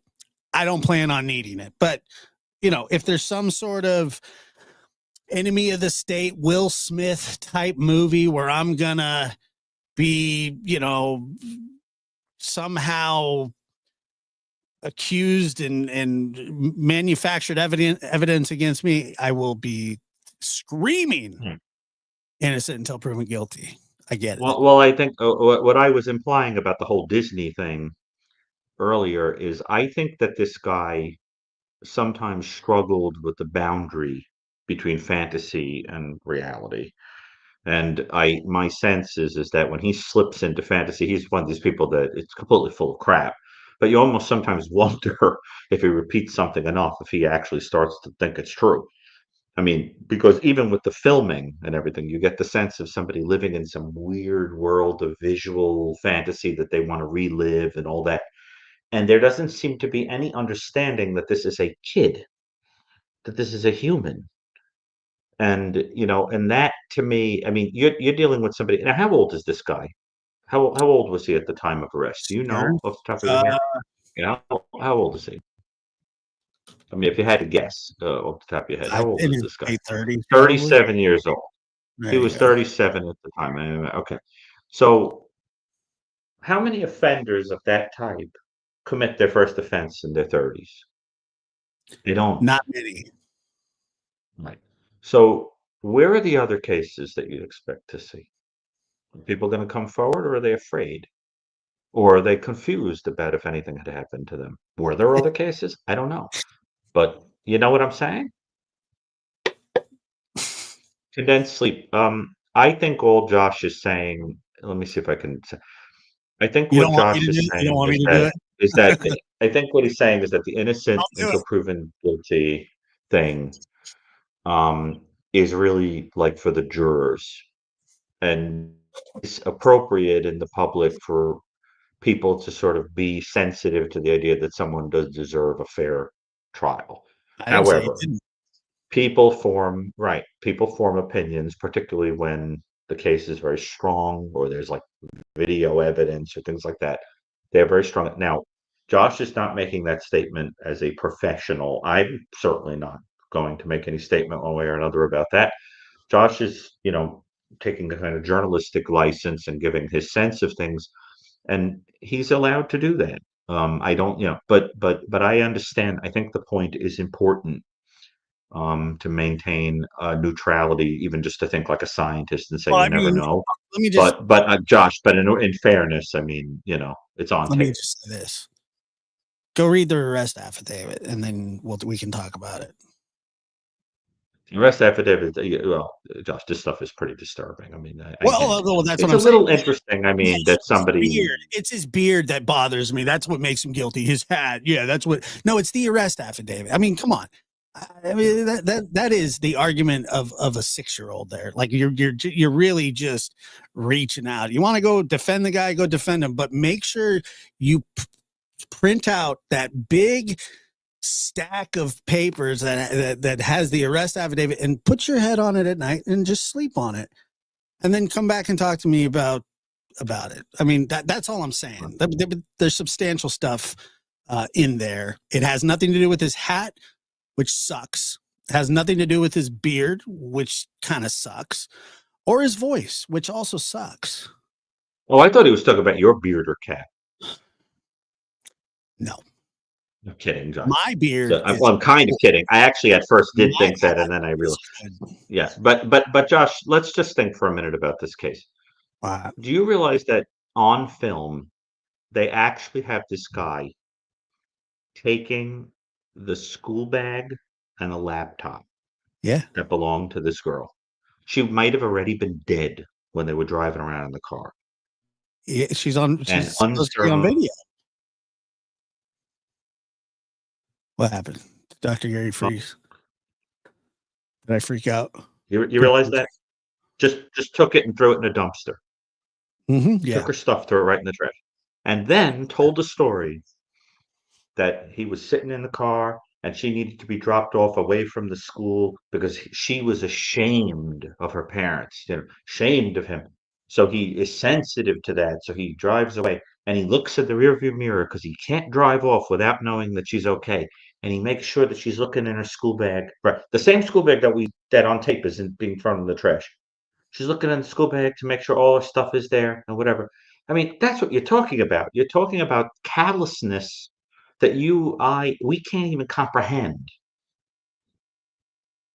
So I think, Josh, I get where your passion is coming from. I really do. Yeah, I mean, I'm not answering that question anymore. Even Maddie Squire, and by the way, I don't know if you heard this too, got arrested for online gaming with boys, which shows things. Another predator, and he was actually a question. Did you hear about this? a little bit, but I don't know all the details of it. Yeah, I heard a little bit about it. So one of the teachers that she went to school with, is he's been arrested and accused of some pretty horrendous things as well, and he was questioned in the case as well. And it's just like there seems like there's just predators everywhere. Let me pull that up really quick. And you know what the scary thing is, Josh? That we all think we know how to spot one. Like you go and you sit in the playground with your kid, and you see that weird guy off to the side staring at with like the book bag and he's just kind of like looking at the kids weird. Oh, that's the predator. Mm. But statistics tell us that the predators, chances are, going to be somebody right under our own nose. Somebody who knows the person. So it says Madeline Soto's former teacher charged with enticing minors for sex acts. Orange Look at that County. guy. I know, I've man. seen better heads on boils, as they say. That's a really scary looking guy. Look at A that. Don't you think he's scary looking? Yeah, he's Yeah, terrifying. And then scary. now you know what he's charged with. A Hunters Creek middle school teacher who was questioned about the disappearance of 13-year-old Maddie Soto last year is facing federal charges in a separate sex crime investigation. How would you say that? Raphael Brett Let Bonnie me see his name. Wait, Onini? show me the Oh, name. Oh, there you gee. go. Italo Rafael Brett Bonini. There's a name for you. Magadidi, 25, was arrested by the FBI on Wednesday. According to a criminal complaint, Brett Bonini used the social media platform Discord to entice an 8-year-old Maryland boy to reveal his gender. It's crazy. It's nuts. And this is her. Cases that we're hearing about these days are just unbelievable. Unbelievable. I just started writing about a case for the new book manuscript of a woman who cooperated with her, is accused of cooperating with her sex offending romantic partner by baking his, shall we say, essence into cupcakes that she brought to her class to feed them while it was filmed. This is what we're dealing with in 2025. This is what I mean about new evil. The things people need to do for their disturbing kicks are getting exponentially more horrible. And unfortunately, the ability to film what was going on in this case added to the terror of it. Because when you film, you could say to a person, if you don't cooperate, I'm going to show this tape to your mother. I'm going to show this tape to your friends. I'm going to put it all over social media. See? So that's the other piece of it. It isn't only for your perverse thing. It's also threatening the individual that you're going to show it to people and humiliate them. You see what I'm saying? So I mean, now I'm sorry that we have to talk about such disturbing things, but just as I say in the beginning of that manuscript, you want to understand evil? We have to talk about evil. We can't, we're not here to talk about ice cream. You're talking about people that have a perversion and a callousness that is unfathomable to us because it is the inversion of the protectiveness that we are evolutionarily designed to feel about children. Right. You see what I'm saying? And it's your brain just can't understand it. Now, do you remember, Josh, did I ever come on your show with Jody Plauché, or was that on Chris's show? It was I on think it was Chris. on Chris's show, the interview. I love Jody Plauché. I think he's a wonderful guy, and I'm going to be interviewing him actually for something I'm writing. And Jody Plauché was a little boy who was groomed by his karate teacher. The guy picked up on the fact that his parents were going through something and sort of took him in. He was a repeat offender who had had his record expunged, if I'm not mistaken, before he relocated and started all over again. Mm-hmm. And what wound up happening was that when they caught the guy that had taken Jody away to a hotel room and did what he did to him at length after putting him in a costume and absconding with him, They caught the guy, and when he got off the airplane to be taken to court, to be taken for his hearing, Jody's father killed him on live TV. You could find the footage online. He just shot him to death. The guy served like basically no time, like nothing happened to him basically because, as I understand it, because there was such a sympathy. The father was looking at this guy who had taken his child away from him, groomed him, posed as someone who loved his son, and then stole him away after a long period of getting to know him and did what he did to him. And there's a book about it, Why Gary Why, which I recommend. When Jody was a little boy, he did volunteer work to help other victims of crime. And there was a famous incident where he got invited to the White House and he stepped on Ann Burgess's foot, which he still remembers. They tell each other that story when they talk. But just think about that. I mean, that example of channeling what has happened and trying to make some whole out of it. Now, how do you feel about that? A father that is so enraged that he takes the life of the person who did this to the child. You can understand it. If you were on a jury, couldn't you understand it? Yeah, I think it's human instinct. I think it's Doesn't make it parental okay, but I get it. I understand somebody feeling that. No, it doesn't make it okay by society standards, but it makes sense. I mean, what if you want to talk about nature versus nurture? What would a mother bear do to somebody who's harming their cub? Oh, it's pretty bad. Yeah, There's a video I saw once that somebody sent me. I'm trying to remember, like a zoologist or somebody I was made this video where a hawk flew into the nest of an owl I saw that had this. little I saw owlets this. around it. You Yeah, I saw it? saw. Yeah, Oh I saw that yeah. there's some kind of a, and the owlet gets taken off by the hawk to be killed and eaten, fed to the hawk's babies. And what the mother owl does is fascinating.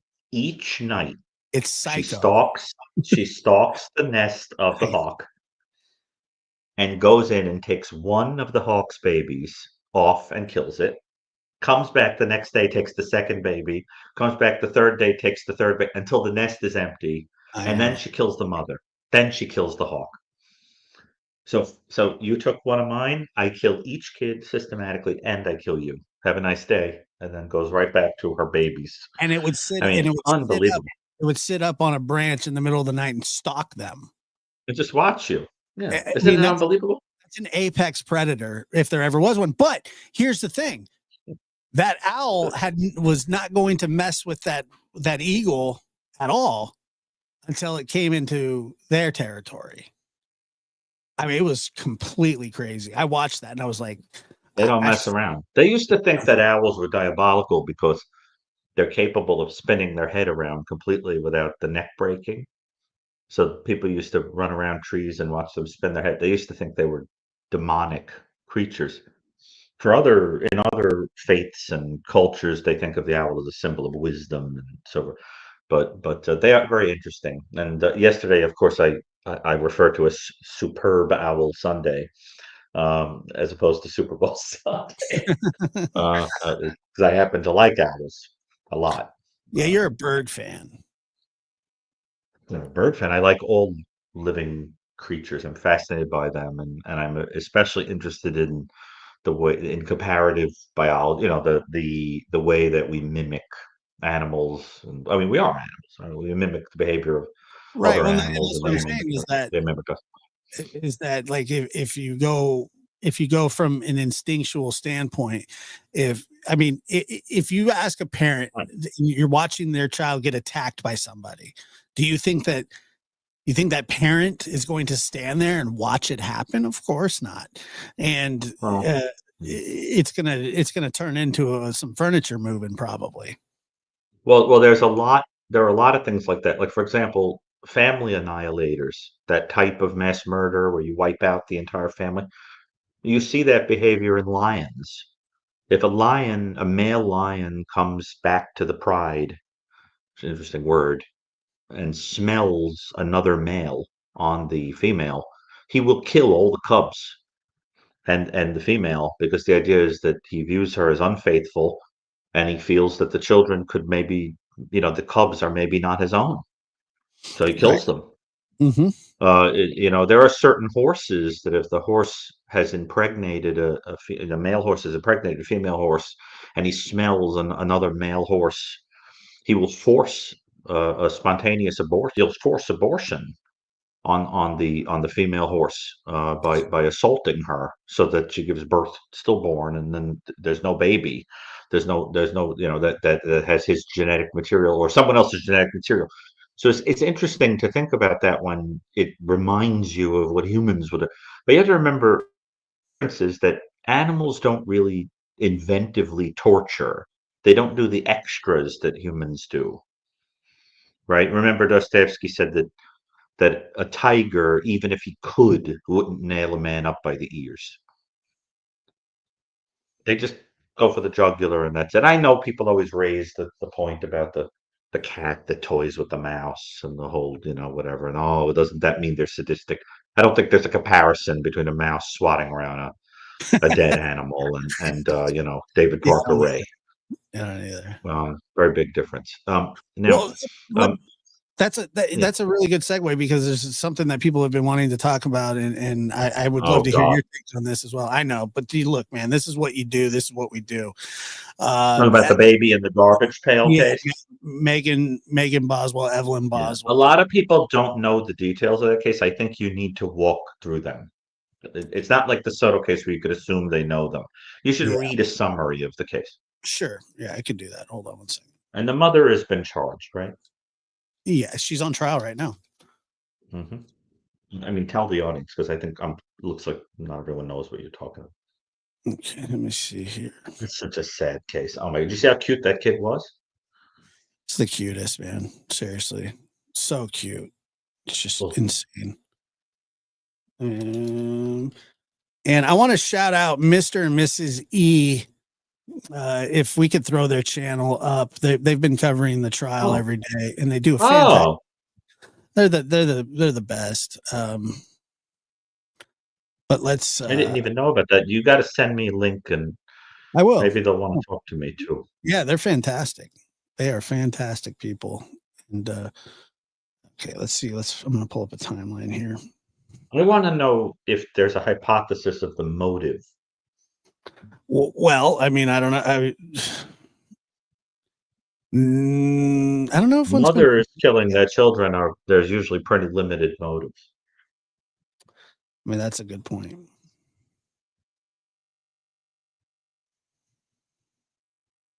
One of the main reasons is elimination murder, which is a crime that I named, right?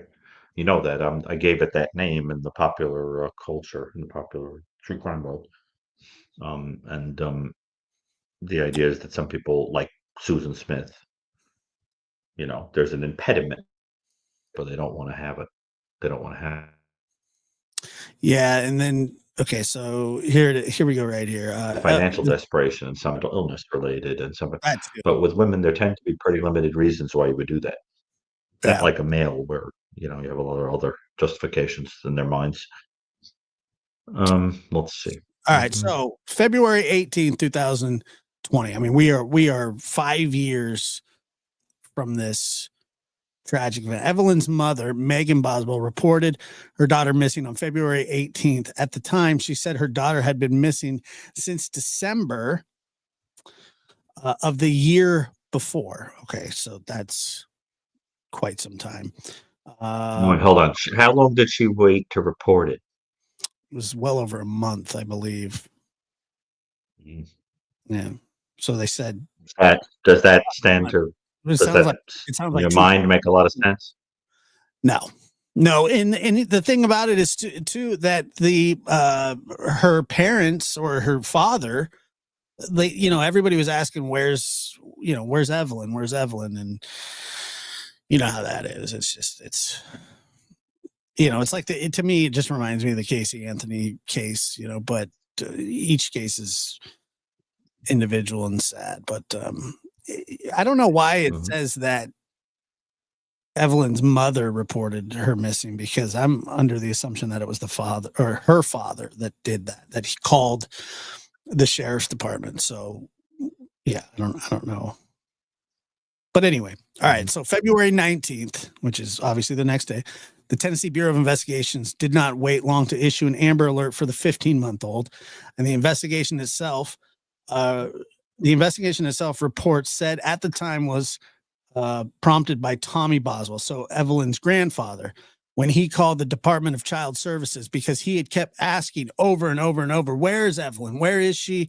I want to see her. If I don't see her by Monday, I'm calling in. It was sort of like what Cindy Anthony did to kind of put her in a, and finally, that's what he did. So February 21st, it was on February 21st that the waters became more muddied, with Sullivan County Sheriff Jeff Cassidy telling the media that his office had received conflicting reports about Evelyn's disappearance. Specifically, the sheriff said one report said that Evelyn had last been seen on December 26, 2019, but a babysitter later claimed to have seen the girl on December 10th or 11th. It was at this time that Cassidy also confirmed that Megan Boswell and Ethan Perry, Evelyn's father, or thought to be, it turns out that he isn't, were involved in the investigation.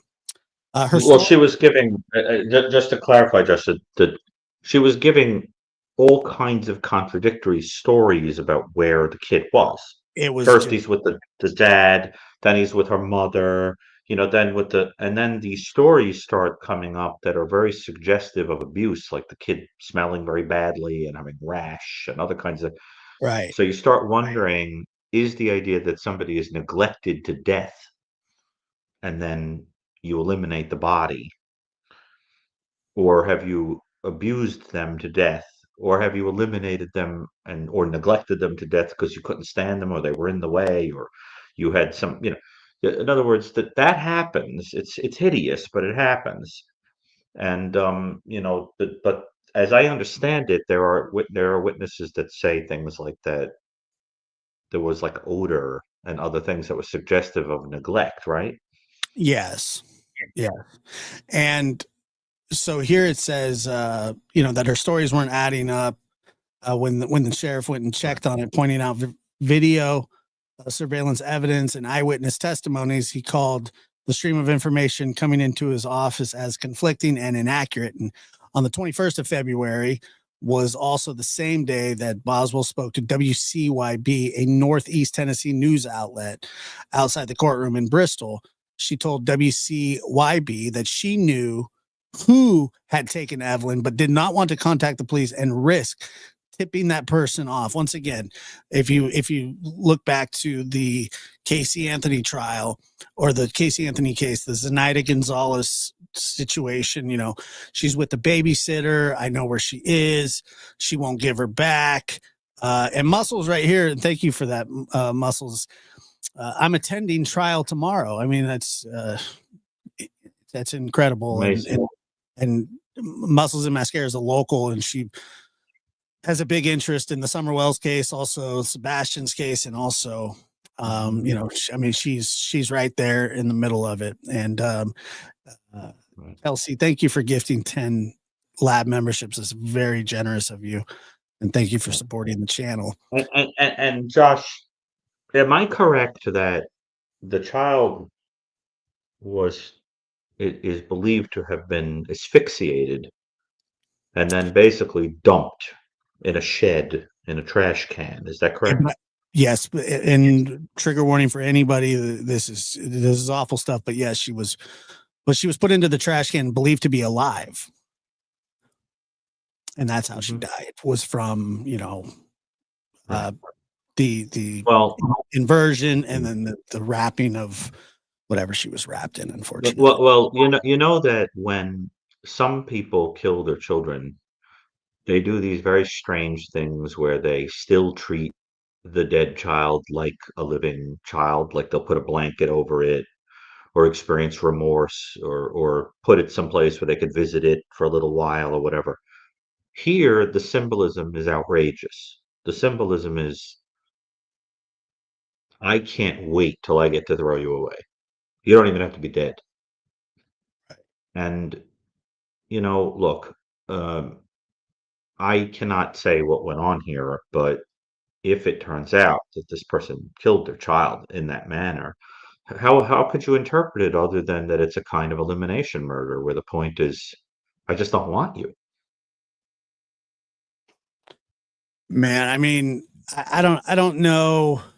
We talk about, Or sanity. They'd have to check sanity. But once that's out of the way, I mean, well, what would be the we talk about the love of parents and how they can be protectors of us and you know die for us, kill for us, and then then we come across people like Evelyn Boswell, or excuse me, Megan Boswell, not Evelyn. Evelyn's the 15-month-old child who died horrifically and is completely innocent and everything.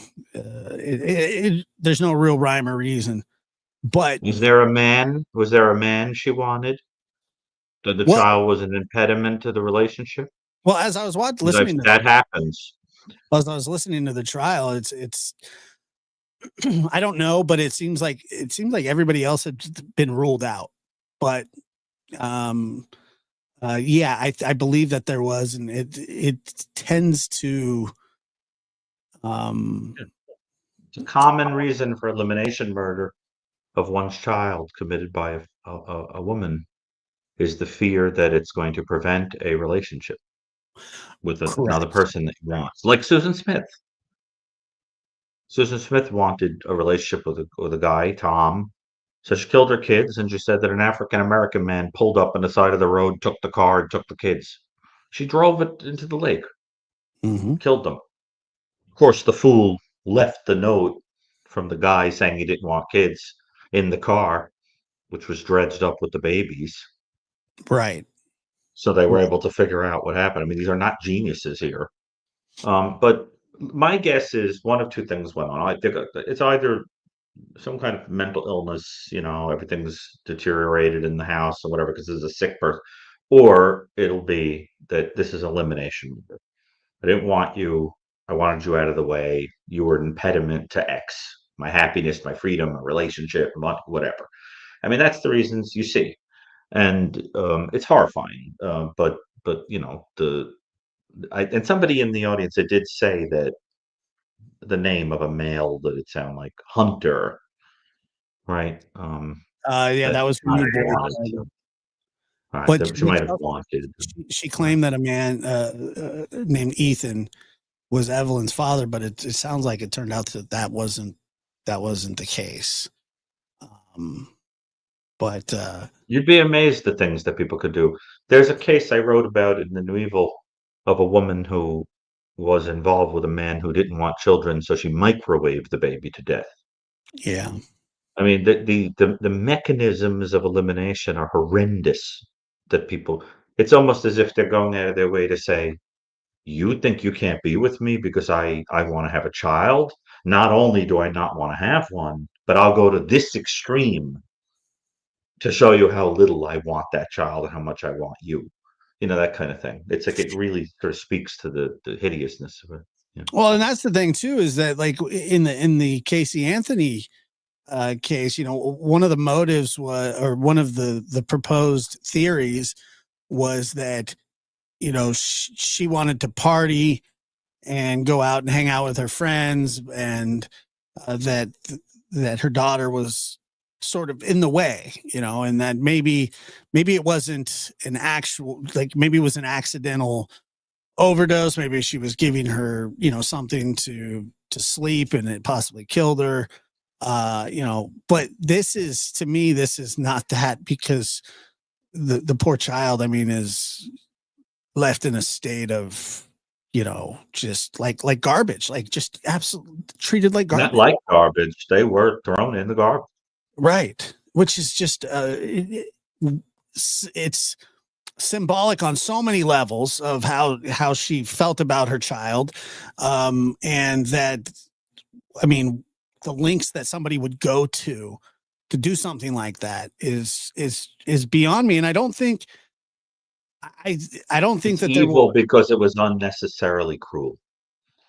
Well, you like you just Think, said. think, for example, like you've said, you told me, Josh, about this case, that it reminded you of the extra that I always say is so Very characteristic much. of Yeah. evil, Yeah. right? I mean, isn't there a difference, for example, you want to quickly eliminate a child, as disgusting as that is? It There is. are ways that would be less cruel than throwing the child into the trash can and letting it asphyxiate. You see what I'm saying? That's extra. That's No that's question. evil. No Right. question. Total Yeah. unnecessary, everything about it so disgusting. And then to top it off, that extra degree of cruelty that it's impossible to fathom. Cruel, cruel, cruel, cruel. Look at It's. that kid. I mean, I know. It's completely What a heartbreaking. beautiful little And kid. it's crazy that I took, a lot of this stuff that happened during the pandemic and stuff really got pushed back a really long way. And, um,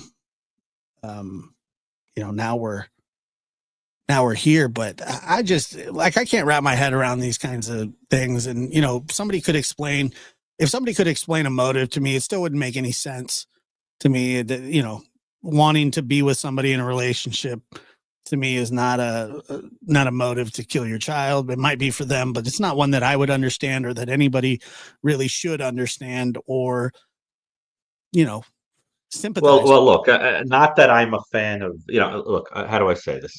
I think I'm very interested in trying to understand the psychology of people, but I'm not making an excuse for them. No, I Like understand. this is what happens when I go on Nancy Grace, right? I'll be giving an explanation of what I think go on, and Nancy will say, if this person's like what they're doing is evil, like it's like stop, and I'm not explaining it to make an excuse. I'm explaining it to understand it so it doesn't happen again, right? And what I think you want to understand in a situation of that may have gone on here has something to do with attachment. Think, for example, of a person that is so dependent on someone that they can't imagine life without them to the point that they have to get rid of the child that make you not want to be with them. That's one hypothesis here. But at the same time, you can't attach to something that shared, a body with you for 9 months, if the gestation period was normal, then you don't even feel an attachment to it to the point that it would even bother you. I mean, a parent is supposed to become hysterical if their child gets a splinter. One of the reasons it's theorized that women seem to have a very almost extrasensory quality with reading people and intuition about people better than men do, statistically, it has to do with evolution. The idea that over time they honed the ability to pick up on people and things that might hurt their children. They have to be able to tell from across the room that somebody might hurt their kid or that something might hurt their kid. And they have an intuition about that is very, very important to understand. Now imagine not only lacking that, but having the opposite. And it's almost unfathomable. So, but I think it has to do with attachment. So where do attachment issues come from? Usually from one's own childhood, the missing parent, the absent. I mean, Josh, you always talk about your background. Mhm. You turned out to have a pretty remarkable ability to attach to people despite what you went through. So you're living proof, right, that you can go through lousy stuff and still attach like a human being. But not everybody could do that. And yes, I can, and I can also shut it off pretty quick too. Well, you're very protective, that's for sure. If someone tries to hurt someone that you love, your loyalty is ferocious. You become almost like a bear that will attack anyone that comes near. You did it last night Well, for a I don't. fellow podcaster. Well, I'll tell you, and that's less about the person themselves and more about the fact that I don't like people that gang up on people and pick on people that are no better or probably worse than the people that they're talking about. So I don't like bullies. I never have. And I've always had a problem with bullies. Whether I didn't get bullied in school, I never did, but I knew a lot of kids that did, that I cared for, and I find it infuriating. Um, and I'm sure a lot of that goes back to my childhood of feeling like I can't really, I wasn't able to help myself when I was a little kid, and then I grew up, got older, got bigger, got stronger, and I was able to, like, I have a really bad way about me where if I get into it with somebody, I can make them feel small really fast. It's almost a No, gift. I know. I've Yeah. seen it, which makes me think you must not have always been a big and strong guy, because once upon a time you must have only had your mouth to use as a weapon. I was, Because yeah, because you've uh, got you definitely have a weapon on you there with that the way you can. yeah, I can just, yeah, I can piece somebody up really quick. And sometimes it's not a good thing. And sometimes it is a good thing. But it kind of just Just comes don't from, do it to me. Just don't do it to me. it comes, I once heard somebody say, I can't remember what author it was, but I think she said something like, "Never insult an author. We'll describe you." right. I mean, It's like, and there's nothing more powerful sometimes than just telling a person what you see. Calmly, coolly, and collectedly yeah. pointing out to them. What the, but it's a power. You can also use that for kindness. It's a good Oh, example of how well, sometimes I empathy could do. go two ways. It takes Sometimes, empathy to do that. well, sometimes I do What? use it for that. And that's why I I feel like know. standing up for,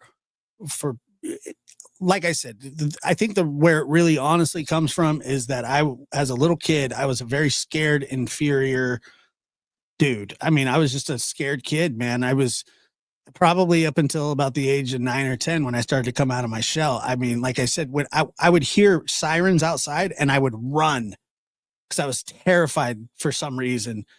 Because I remember hearing cop cars, quite often as a kid, and I would just be outside playing with my friends. I would hear sirens, and I'd be around the block or something, and I'd run home. And everybody, where are you Yeah. going? I would just run home, and I felt like kind of like a chicken a lot of the time. And um, I remember one day You're not a chicken. You're no chicken. I I felt like it though. I felt like it. But what was the story? You said one day you. Well, then it just kind of came to me one day that I started to, I guess, sort of come out of my shell, and a lot of like the affirmations and things like that. People say, you're.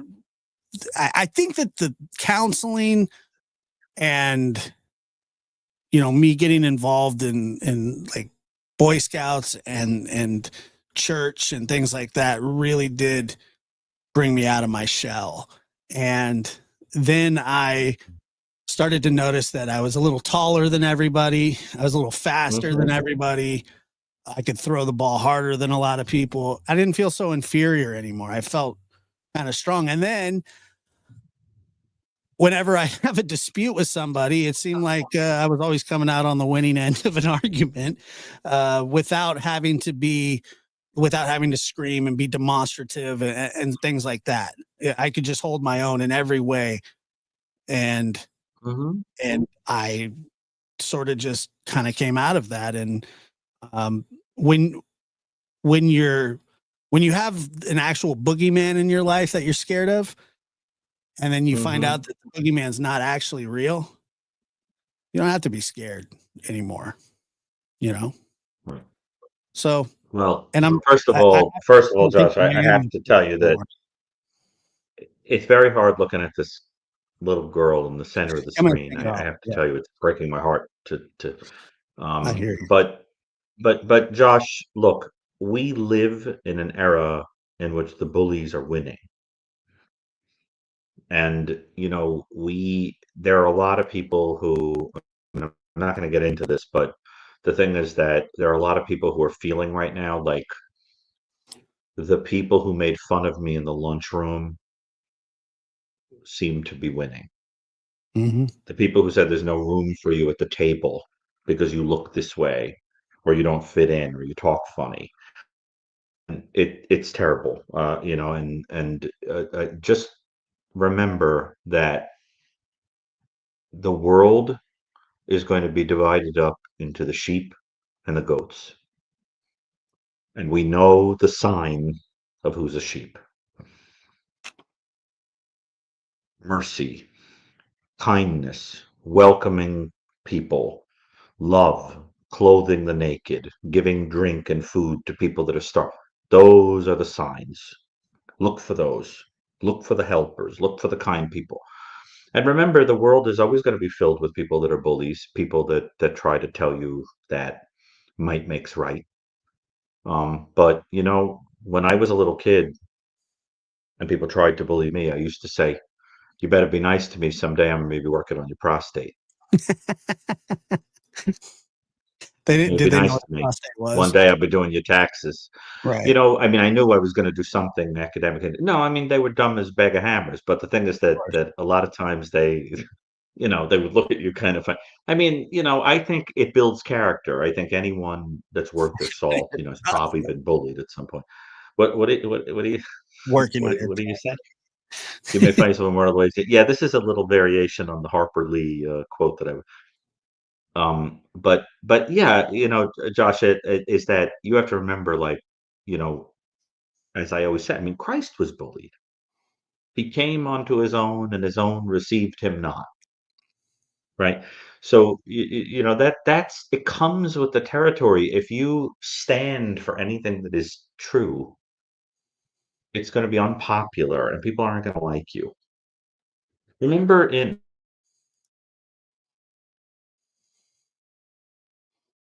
my favorite character in Golding or Goldsmith, Golding, William Golding, I think. Um, there's character Simon, who, they were dumb as a bag of hammers. It is pretty stupid, right? Especially if it's plastic bag. But you remember that the character of Simon realizes that the wild group on the island is worshiping this, or they're afraid of this evil kind of pig monster. It's literally just like a hog, but they like stick its head on a pole and they're like dancing all around in the fire and whatever. And Simon knows the truth, and he has a stick with fire, and he runs to tell them, "You're all acting wild for no reason. I'm going to tell you the truth." And they kill him. They kill him. Literally, they kill Simon in that book for that reason. And I think there are some people like that are Simons in the world. And Yeah, I mean, I, I would agree with that, and I just, yeah, I don't know what it is, man. I always just felt like I always kind of felt just inferior, especially as a little boy, and I didn't want to. I didn't need to feel like that anymore. Like I was blessed in a lot of ways with a family that loved me, sibling who took care, who looked after me, and um, you know, there's no lengths that I wouldn't go to for people, specifically my family. And I'm overly protective of people that I care about, for obvious I reasons. know. And so yeah, I mean, it's a blessing and it's a curse, but at the same time, I can't stand, I can't stand people that like look their nose down on other people. I don't like that. I I know. don't like that either. So um if somebody did that to you, Well, Dr. because Jerry, you mean phony superiority, like phony religiosity, yeah, dude, phony we're kindness. all Oh, God's I people. know, it's We're terrible. not better than anybody. Like, I'm not better than anybody, neither are they. And sometimes Well, some right. to nobody to Beware remind. of anybody who talks about religion and then asks you to write a check. That's a good point. That's a good point. You know, buy my Yeah, Bible. That kind of thing. Just yeah, stay away yeah. from that. Do Brucato. you want me to? This. We need your money. Remember George Carlin used to say that some people make you think that that God can do absolutely anything, but he seems to be terrible with money. Yeah. You got to keep opening your checkbook every minute, whatever. You got to be careful with those kind of people. Very, very disturbing to me. Our comment here says, Dr. Brucato, you were incredibly insightful. I think you're right on with that baby's mother. I think so too. Listen, I learned from Michael, so a lot of what I do. So I'm glad. I know you were a fan of Michael Stone. Josh, do you think we should maybe take like one or two calls, or do you think we're at a good place to kind of start to wrap up? It's not working, so I think we probably just wrap it up. Does anybody have a question for? I mean, I think it was a very powerful show. I've enjoyed tonight. I enjoyed it every time. But oh God, I don't even want to know what they're referring to. That I was a good boy tonight. What I did was I disabled my ability to comment in the chat because I suspected that people were going to say things that I was going to want to react to, and I'm going to be good. You weren't looking at the chat? I was trying not to. Sometimes people say things in the chat that horrify me. You actually have pretty good chat relative to other shows.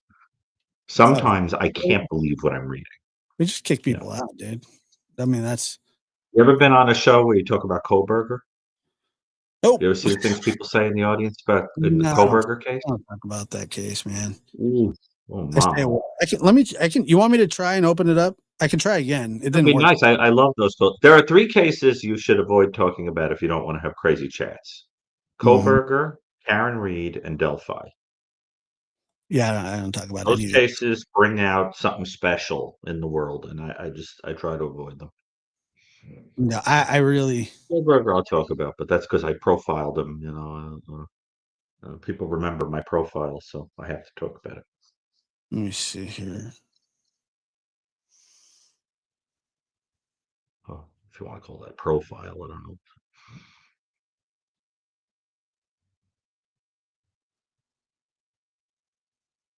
Oh, my dad had a good saying for that, Josh. Okay. I'd love to know what it was.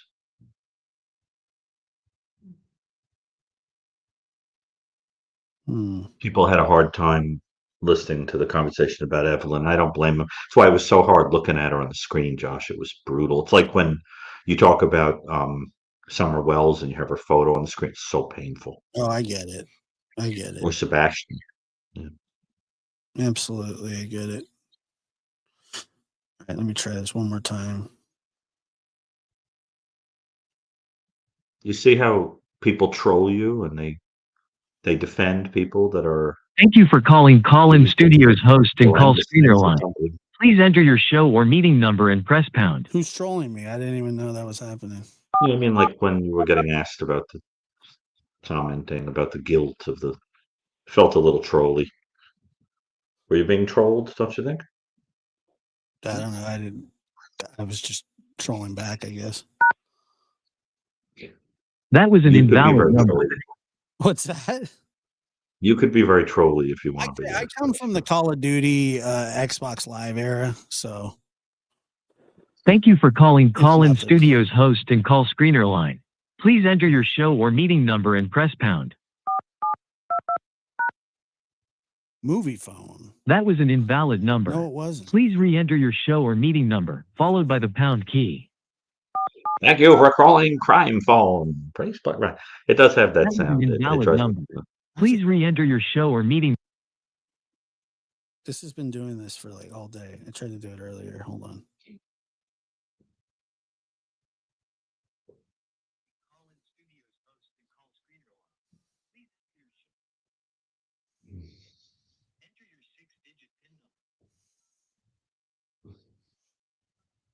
Our call is very important to us. Please hang on the line for the next available agent. And then it's like Jumpin' Jack Flash, played on a sitar.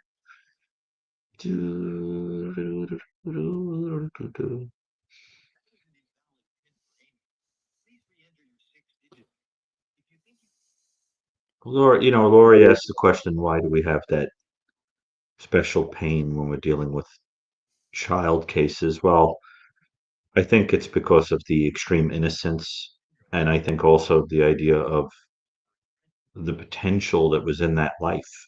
that gets so unfairly snuffed out. It's like when Whittier said, of all sad words of tongue or pen, the saddest of these it might have been. All right, so let's give it a try here. Calling number. All right, calling numbers at the bottom of the screen. Let's see here. So the number is 817-799-8214. We'll take a couple calls, and we will. So what was the question? What did somebody say? They just said, why is it so much harder when we hear about a case where the victim is a child? I said, Well, I think it has to do with the squandered potential, the yeah. innocence, Look, the if you go to a cruelty. funeral of somebody who's 97 years old, 90. yeah, you're sad because that person is gone, because you love that person, but you can also look back and go, yeah, they had a full life. The problem is, yeah, the squandered years and the youth. And typically when people, even if an 80-year-old person was murdered, you're gonna be like, the years that they were, the years that they had left were stolen from them. All right, let's try this here really quick. Hopefully it works. There could be a delay, Have a so call? everybody hang in there. Have someone? You've got fish on the line? I think so. Caller, go ahead. You're on the air. Hello. Hi. Hi. Where are you calling from? What's your name? Oklahoma, Very good. and I go by a little bit. Little bit. How are you? Good, yourself? I'm doing fine. Thank you. Thank you for calling. What can we do for you? You're welcome. Well, I got at the end of the show. I have feedback, so I'm sorry. How does it sound to you, Gary? Fine. Yeah, sounds good to me too. I don't know if you have us on in the background, that might do it too. Yeah, you shut down the YouTube in the background or mute it. Okay, let me do that. Mhm. I'll try this and see. Oh, well, okay. That's all right. I can talk over myself. All right, no problem. Okay. So, Dr. Gary, I had a question because we were talking about Megan today, right? Yep. Mm-hmm. Okay. So, when I was watching the police interviews, there was one towards the end when he kind of lined up birth of sweet Evelyn all the way up to basically 1 year of age. And she did seem to be pretty much into her child until she met, I guess, somebody. Did you feel the same way, or do you feel like that maybe she just kind of always had that in her? It's very difficult, but I think if I'm right, that there's some pattern of weird ways of attaching. People who have attachment issues can do the strangest things. For example, if you've ever been in a romantic relationship with somebody who had problematic attachment, they could be the most wonderful partner and be with you for a long time, and then you could come home one day and they're gone. No explanation, gone. You could be in a relationship with a person who flips out on you, feels suffocated by you, and then a few weeks later is adoring you and begging you not to leave. In other words, attachment problems make people very weirdly hot and cold. And so it's very hard to read that stuff, right? Because some of them have anxious attachments, some of them have disorganized attachments, some of them have secure attachments. You never know. if you come from a secure attachment style in your mind, you're like, I love you, and unless something really extreme happens, I'll continue loving you. And every day, if I told you I loved you yesterday, I still love you today, and I'll love you tomorrow. But you're dealing with people that could love you on a Monday and on Tuesday hate you. Or you could be somebody who feels suffocated by a person on Monday and on Tuesday feels that the person is not around enough. And those attachment problems, Mm. especially if you have them at the same time, are very confusing.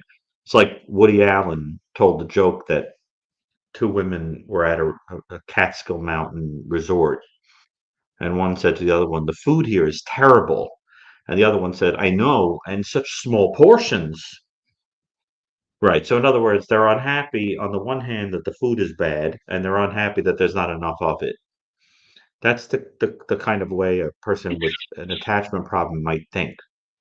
I don't know if I want more of you, less of you, more of you, less of you, more of you, less of you. So you want to kind of understand that. And I think what you might be picking up on is that there's some confusion in the style where you can't read it. But but you always want to think in terms of attachment stuff when you're thinking about somebody who is so connected potentially to one person that they would knock another person out of the way. And you see that sometimes, like let's say you're in a romantic relationship, you're married, let's say, to someone 20 years, and then they start having a nice conversation with the person mowing the lawn down the block. And every morning they get into a chat.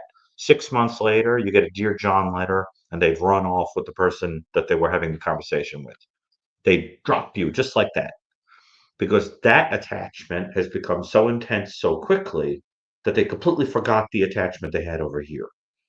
Right now, I know what that feels like. If anybody in the audience has ever felt that, it's very peculiar.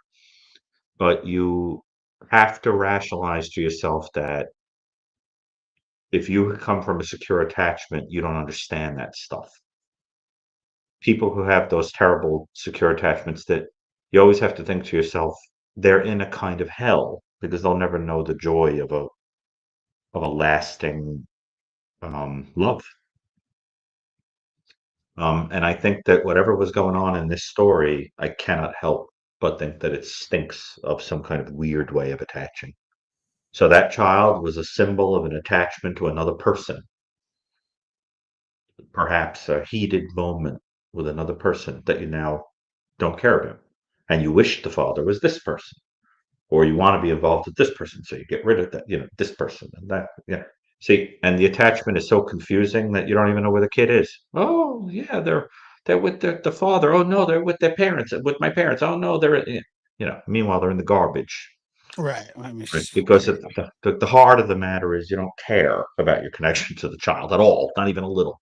So you want to always think in terms of attachments to people, and it's very important when even like for therapists, when you're thinking about diagnosis and everything, that has to be understood in the context of a person's style of relationships before you go sticking a label. Think about it from that angle too. So I think that's my roundabout way of answering the question. I can never do anything in a direct line, so I apologize. But yeah, I think that, it is interesting to look at the interview through that lens and how there can be that kind of kaleidoscope of feelings in your attachments. So, but thank you for that call. And I love Oklahoma. It's a beautiful state. Yeah. Well, thank you. go Sooners. Yeah, I hope that was an interesting answer to you. Okay. Or O State. Or O State. I said what I said. Or Cowboys. No, definitely not them. Okay. Thank you for calling. Well, Josh, thank you. All right. Bye bye. And Dr. Here's Carey. what I'm going to smile and pretend that I have any idea what you're talking about. You don't know. Yeah. You know, We got remember that movie Coming to America, where Yeah. Eddie Murphy is trying to make like small talk. That was filmed actually very close to where I grew up. I love remember that when they movie. had the fake McDowells, and he's mopping and he says, "Oh, did you catch the football game last night, sir? It was most exhilarating. The Yeah. Giants of New York kicked an oblong ball made of pigskin over a giant H, and I was like, that's how I think about it. It's like absolutely nothing of it. But it's, John. I think as a kid, I used to call it a giant tuning fork. The field goal, the goal. Yeah, So they you're say telling me you it's a don't know giant anything. tuning fork. You don't know I know anything about nothing. football. If I went on Jeopardy and the categories were like, synthetic fibers, idioms that start with, Z, the interplanetary, and then it was like sports. Serial I killer would is literally like have the why. whole rows, like, and then I'd get to sports and I would get nothing. Like it is this, it's my phobia, it's that hole in my knowledge set. I Did you know play sports nothing as of a it. kid? Zero. Huh? Did you play sports as a kid? No. I used to say things like, I don't understand why all these kids care about having a football ball.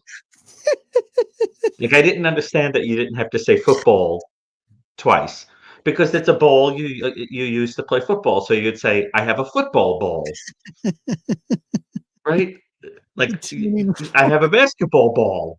I have a tennis, nobody understands. But wouldn't you properly say a football ball? I mean, they didn't make Think you about it. one. They didn't make you. Your parents What didn't did you, make you play one sport at all. what did you say? Your parents didn't even make you play one sport one time. I want to see you play in a softball game, and I want to live stream. I'm Well, giving I you don't know. a- I think I was like skid across a pool once, but I don't think that doesn't count. That's just your brother probably I picking on you. liked. Okay. I did like bowling when I was a That's kid. not a sport, dude. Why not? Because you can drink alcohol while you do it and Well, be that's good. why there's a gutter. That's why there's a gutter. Bowling's not a sport. Why not? What's the definition of a sport? I don't know, something that takes athletic ability, I liked fishing. Isn't fishing a sport? kinda, but not really. I mean, they You mean I say have to be stuffing a ball into a hoop or something for it to sport? it's not. I It's like I like riding a bike. Isn't that a no, sport? no. It's a hobby. What kind of sports are you talking about? What do I have to do for it to be categorized as a sport? Like one of the three majors, like baseball, basketball, football. Now, you see, when you said that to me, that's like if you took a vegetarian to like a meat, like to Peter Luger's, and you said pick something on the menu. Like the three aren't even in my purview. Like I wouldn't know how to answer it. I would just be like, no, no, no. I'm just gonna sit here and stare at the table. Did your I just brother never or had any anything? interest in it. No, don't. Nah. Look, You I had don't nobody think in your that family there's played anything wrong with it. I think it's awesome. In fact, I'm fascinated by people that are good at it. They amaze me. I just never understood it. so Never, you can never bowl. Is comprehended. that what you're telling me? I like to bowl. Bowling is fun. It's dorky, but those shoes, oof. I like the idea Every time this of person calls, they keep hanging back up, and you're gonna make me keep talking about bowling. And bowling is not a sport. Bowling is a sport. it is a sport. You could win trophies. No, it's not. It's not a sport, dude. It's not. Bowling. Okay, if I had to pick a sport that I would enjoy watching, I think I would like hockey. Okay, so Hockey's bowling. interesting to me. I think hockey's interesting. Hockey's a Bowling is a sport. I target wouldn't sport. play it, but I like watching it. I don't know, man. I think it's a little more interesting. I just think anything where you can chug beer, it's not a sport. Okay, now that I'm thinking about it, a sport that I do enjoy watching is boxing. That's a sport. It's a sport. Now, obviously, I would never box, but I think it's funny to watch. I mean, it's fun to watch it because it's so primitive. It's like watching, two ferocious beasts, Primitive. go at it You in don't like a it for cage. the action. Yeah. You like it for the the psychological aspect of like two guys getting in there and showing their machismo. You know what I'm saying? That's what you like, right? Well, it's so ridiculous that I enjoy watching it. It's completely ridiculous, but it's interesting. I think sometimes that when things just get down to the primitive truth, I'm interested in them. Like anytime something happens that's totally primitive, I want to be there. Right. You know what I mean? Like if I could, I'd want to be on one of those airplanes where they have like live chickens walking around and like cargo boxes and people smoking cigarettes and the whole thing is shaky and the whole thing. It's so primitive and like close to the bone of life. I'd want to be there. I like things like that. So boxing is interesting to me like that. Look, So I'll just were you giving a signal to somebody? no, I wasn't Who giving were a you giving a signal. signal to? I'm just the chat's Oh, roasted me because I said bowling's not a sport, and look, my grandparents met at a bowling alley. Okay, so I'm telling you right now, you can say whatever you want, but in the book of Josh, it's not a sport. I don't recognize it as a sport. You may, I don't. Go for it. what's the definition of a sport? Hold on, I'm Come gonna look it on, up. dude. What's the definition? One where Characteristics. one where you don't just stand up, throw a ball, Okay. and chug beer. An Like activity involving physical exertion and skill in which an individual or team competes against each other or another for entertainment. Sounds like lovemaking, but the point is that, you know, technically speaking, I mean, a lot of things are going to fall into that category, Josh. it's not a sport, and it's not in the Olympics either. So, what are you going to do? You don't think that physical exertion is necessary? Lifting the ball, throwing it, having No, to write on that. I don't know. I don't. I personally, I do not think that. And you're not going to get me to bend on it because I've thought about it a lot in my life, and I've had the same argument with hundreds of people, and I'll die on this hill. Bowling's not a sport. You might think it is. I don't. Do you think And golf is a sport? I don't think you think it is either. I think you're just arguing with me. I'm just having fun with you. Do you think golf is a sport? Yes. Okay, now I just remembered. I like swimming. Isn't swimming a sport? Yes, but not just I swimming in really a like pool. to swim. Now Yeah, that but I do. swimming in a That I pool really is enjoy. not a sport. What'd you say? You have to be competing against somebody. Why do I have to be competing against somebody? So you think that you on your own with your floaties on in the middle of the pool doing, backstrokes I for do fun. not wear floaties. You think that that's a sport? That's not a sport. That's you swimming with No, float. but what if I say to myself, what if you're competing against yourself? What if you say, yesterday I did this many laps and today I'm going to do this many laps? No, that's And you're called asserting yourself to try. Isn't exercise. that a sport? No, it's Do you exercise. consider weightlifting a sport? No, Weightlifting is in the Olympics, isn't it? Is it in the Olympics? I don't know. I couldn't care less about it. no, Oh, I thought maybe it no. was I in the don't think Olympics. weightlifting is a sport either. No. Jeez, there aren't too many things you think are Yeah, I do. sports. I think that golf is a sport. I think that baseball is a sport. I think basketball is a sport. I think football is a sport. I think soccer is a sport. I think cricket's a sport. I think boxing, wrestling. What about jogging, running? You think marathon running, If isn't you're that a running sport? against people, yes, And swimming isn't? not by itself. You have to do it What if you're again. running by yourself? What if I'm running around the park by myself? It's not a sport. No, it's It's the same exercise. principle. It's not. But it's Who are the you going same to beat? principle. Who are you going to beat? Yourself? That's what I'm talking about. If you're running around a park 20 Yeah. times, that's not a sport. It's an aerobic exercise that you're doing for sport. I don't know. I guess we have a different definition of it. All I know is I hate it all. I hate it. I have no interest in it. No, you don't. Done. I would call a cab to go 5 blocks. It's exercise, No dude. interest. Eric says we need a Yes. caller. Well, I don't know, Yeah, dude. I The think lines aren't Eric working very likes well. sports, I think. The line- Anyway, yeah. we should probably just wrap this up. But I've Okay. enjoyed it, and I've had a lot of fun. And It's definitely a sport. this is a sport. Yes, Yes. darts is not. Bullfighting. Bullfighting is a sport, and I would enjoy that one. Darts is not a sport. Not a sport. Why not? Well, answer what phone? There's no call. It keeps going. Hello? Is somebody there? I think somebody's on the phone. Hello. There is someone there? I had him muted. I didn't even know. While I'm sitting there, Oh, Where's the you voice were coming from? Are you jingling. sitting on them? they just call me a dingling. He's Dingling?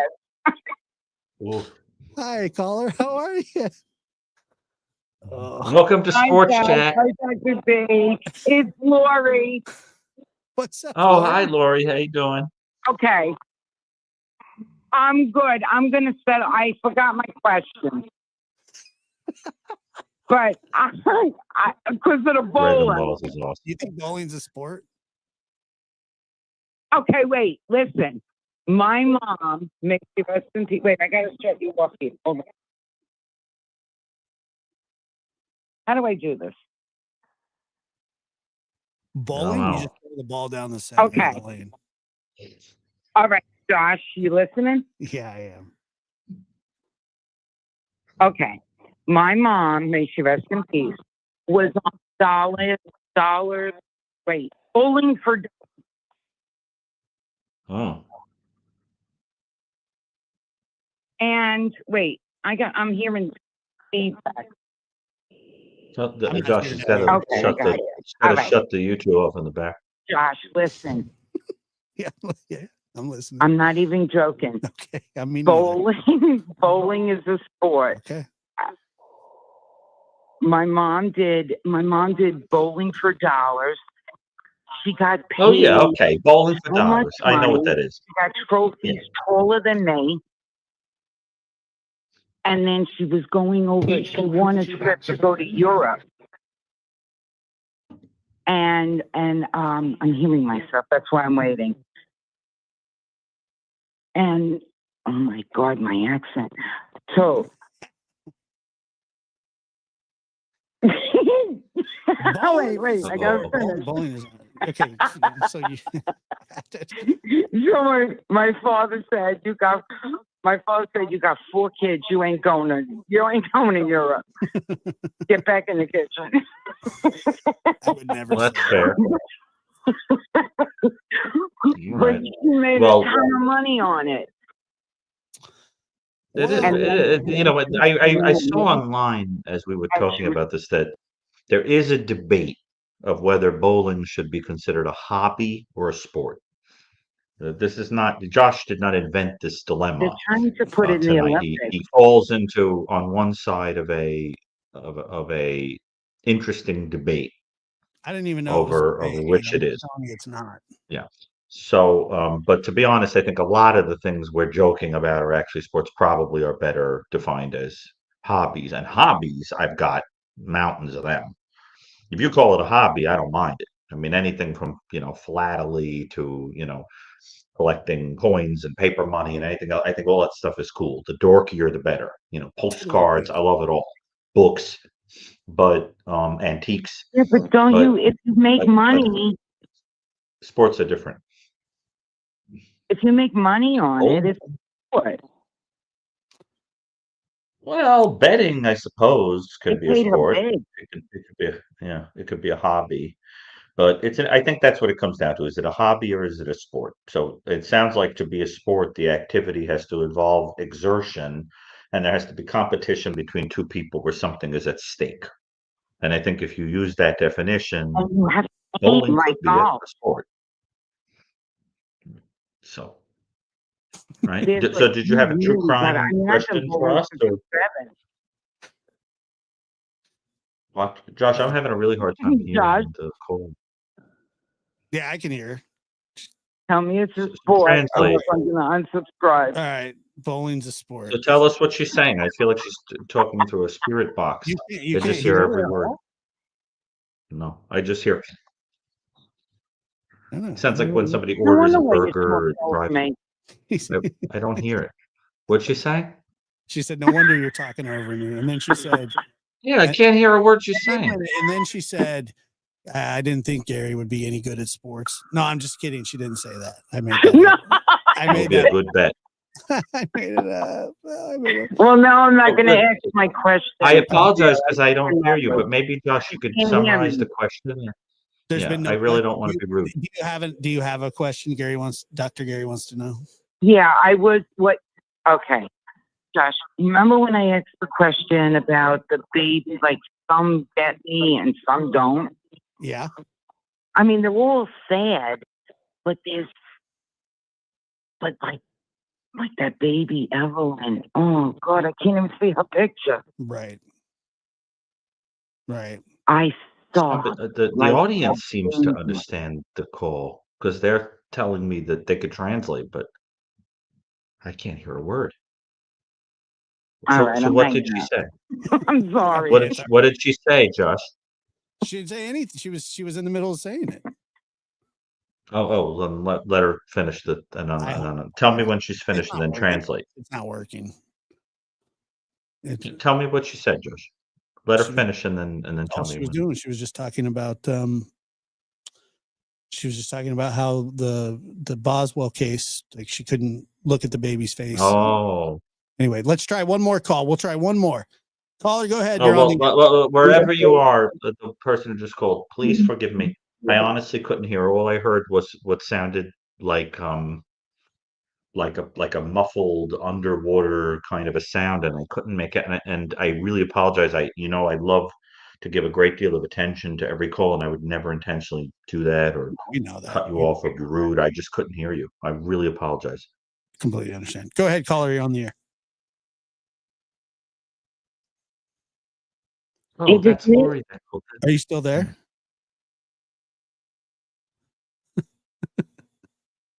Is it me? Yeah. What's your name? Oh my goodness. My name is Natasha.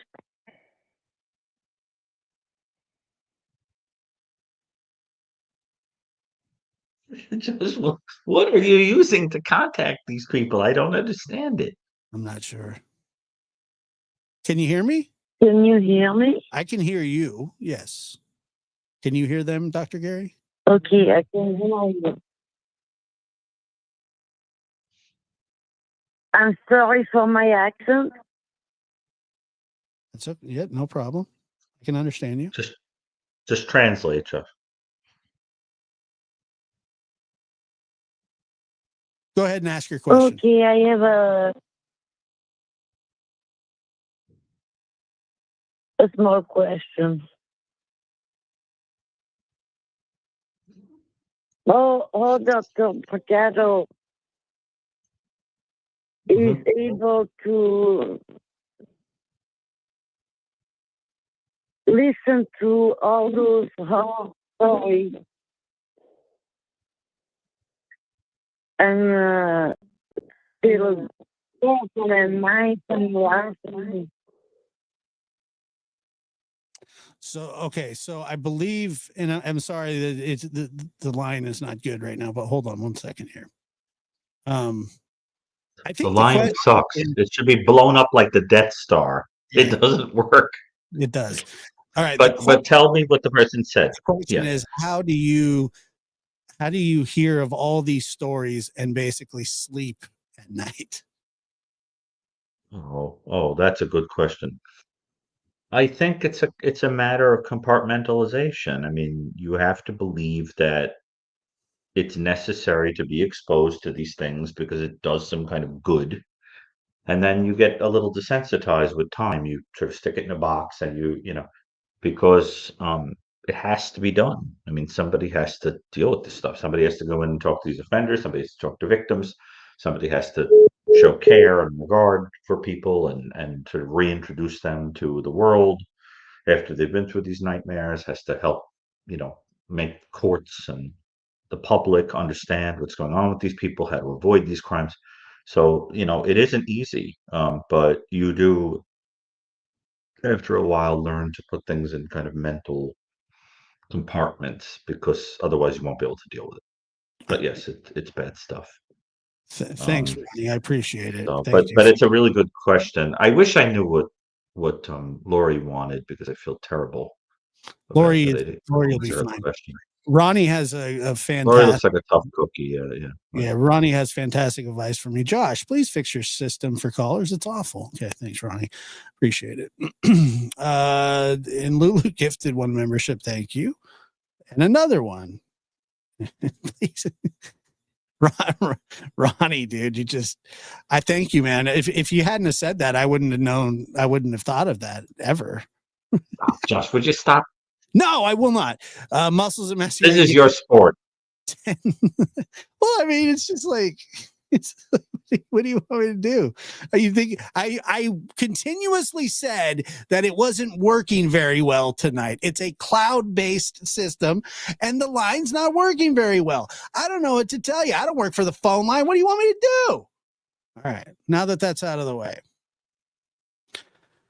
It was called anger management. I'm fine. I'm not angry. I'm not angry. Of course not. You exploded.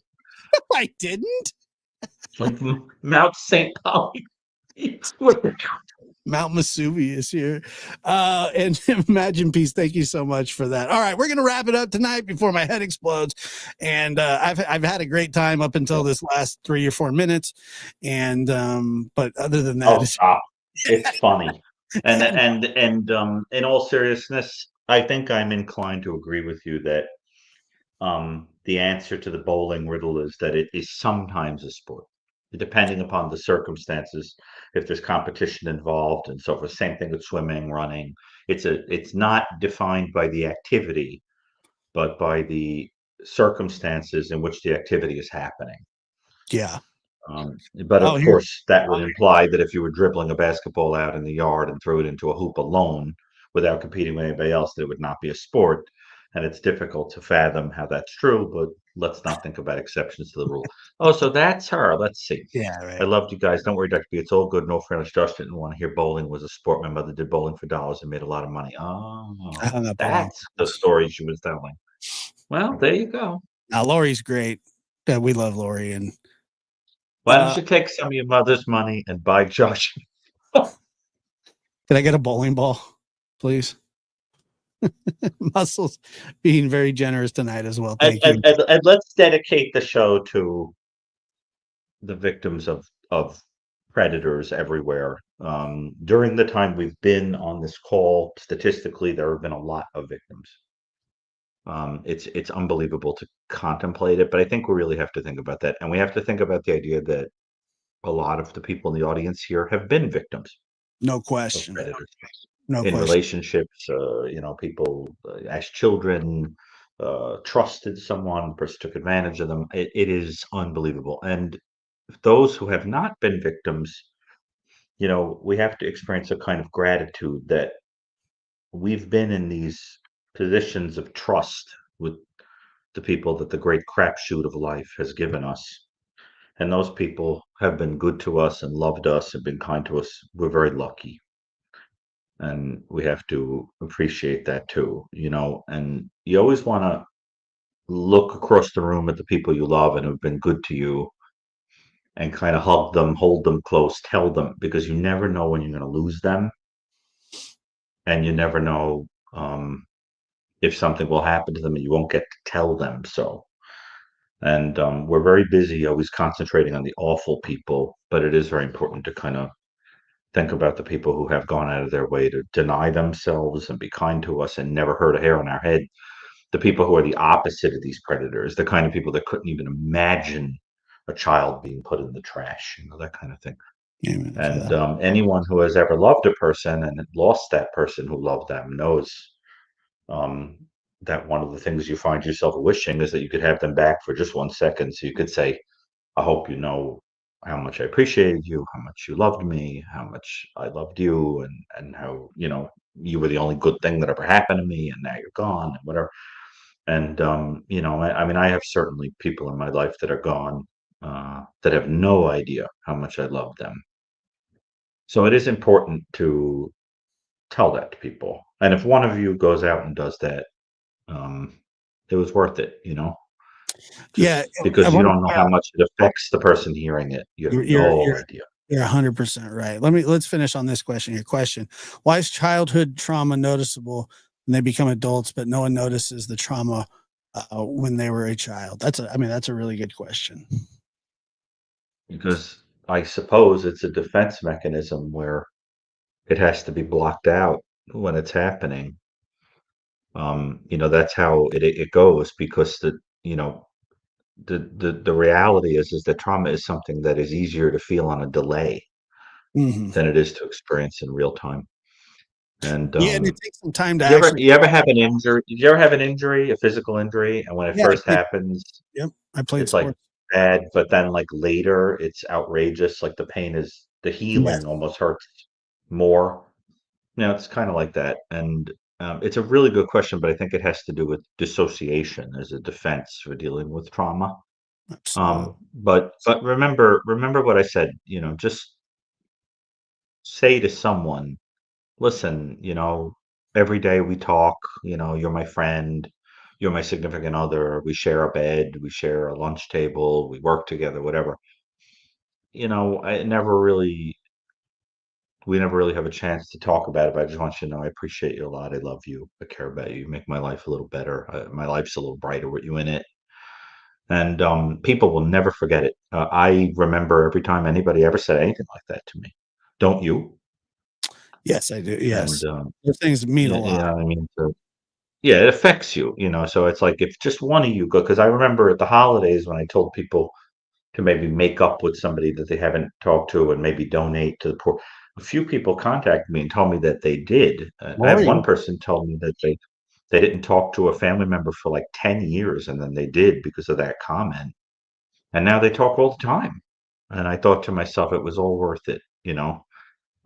So just do that because you never know. And I've also had people tell me privately that they were thinking about ending their lives and other kinds of things. And then somebody is nice to them and they change their mind. They realize that it matters that they're alive. So, oh, that was you, Lori? Oh, thank God I've done something for you after that horrendous attempt at a call. There you well, go. it So, was it, so it that's was how I just it was appreciate it. about bowling, but as a kid, no That power makes in me feel better. Anyway, really spoke to me, Dr. Brucato. Thank you, Josh. You were one incredibly kind person. Appreciate you, and I appreciate you too. And yeah, we joke and give each other hard times, and it's all in good fun because we love each other. And it's just kind of how we are. It's but this has been an incredible show as always. I enjoy these, and I know that the audience enjoys them. And thank you guys so much for supporting the channel. And please, if you have not, go and check out Dr. Gary Bricato's book, The New Evil. You can get it at any bookstore, Barnes and Noble. You can get it on Amazon. Leave a review. It is a fascinating book, and I'll tell you that. I know you guys just spent a lot of time putting that book together, and it was quite a few. talk about sleepless nights. There you go. Yeah, yeah. And And God I bless. also met people that I've stayed in touch with forever because I Absolutely, wrote that book. I made friends with people that have, including Ann Burgess. I agree. I agree. All right, man. Well, thank you so much, Dr. Gary. All right, you guys. Thank you. Bye-bye, everyone. Bye. And thank you again, everybody, for being here. And we will catch you on the flip. Hold on one second here.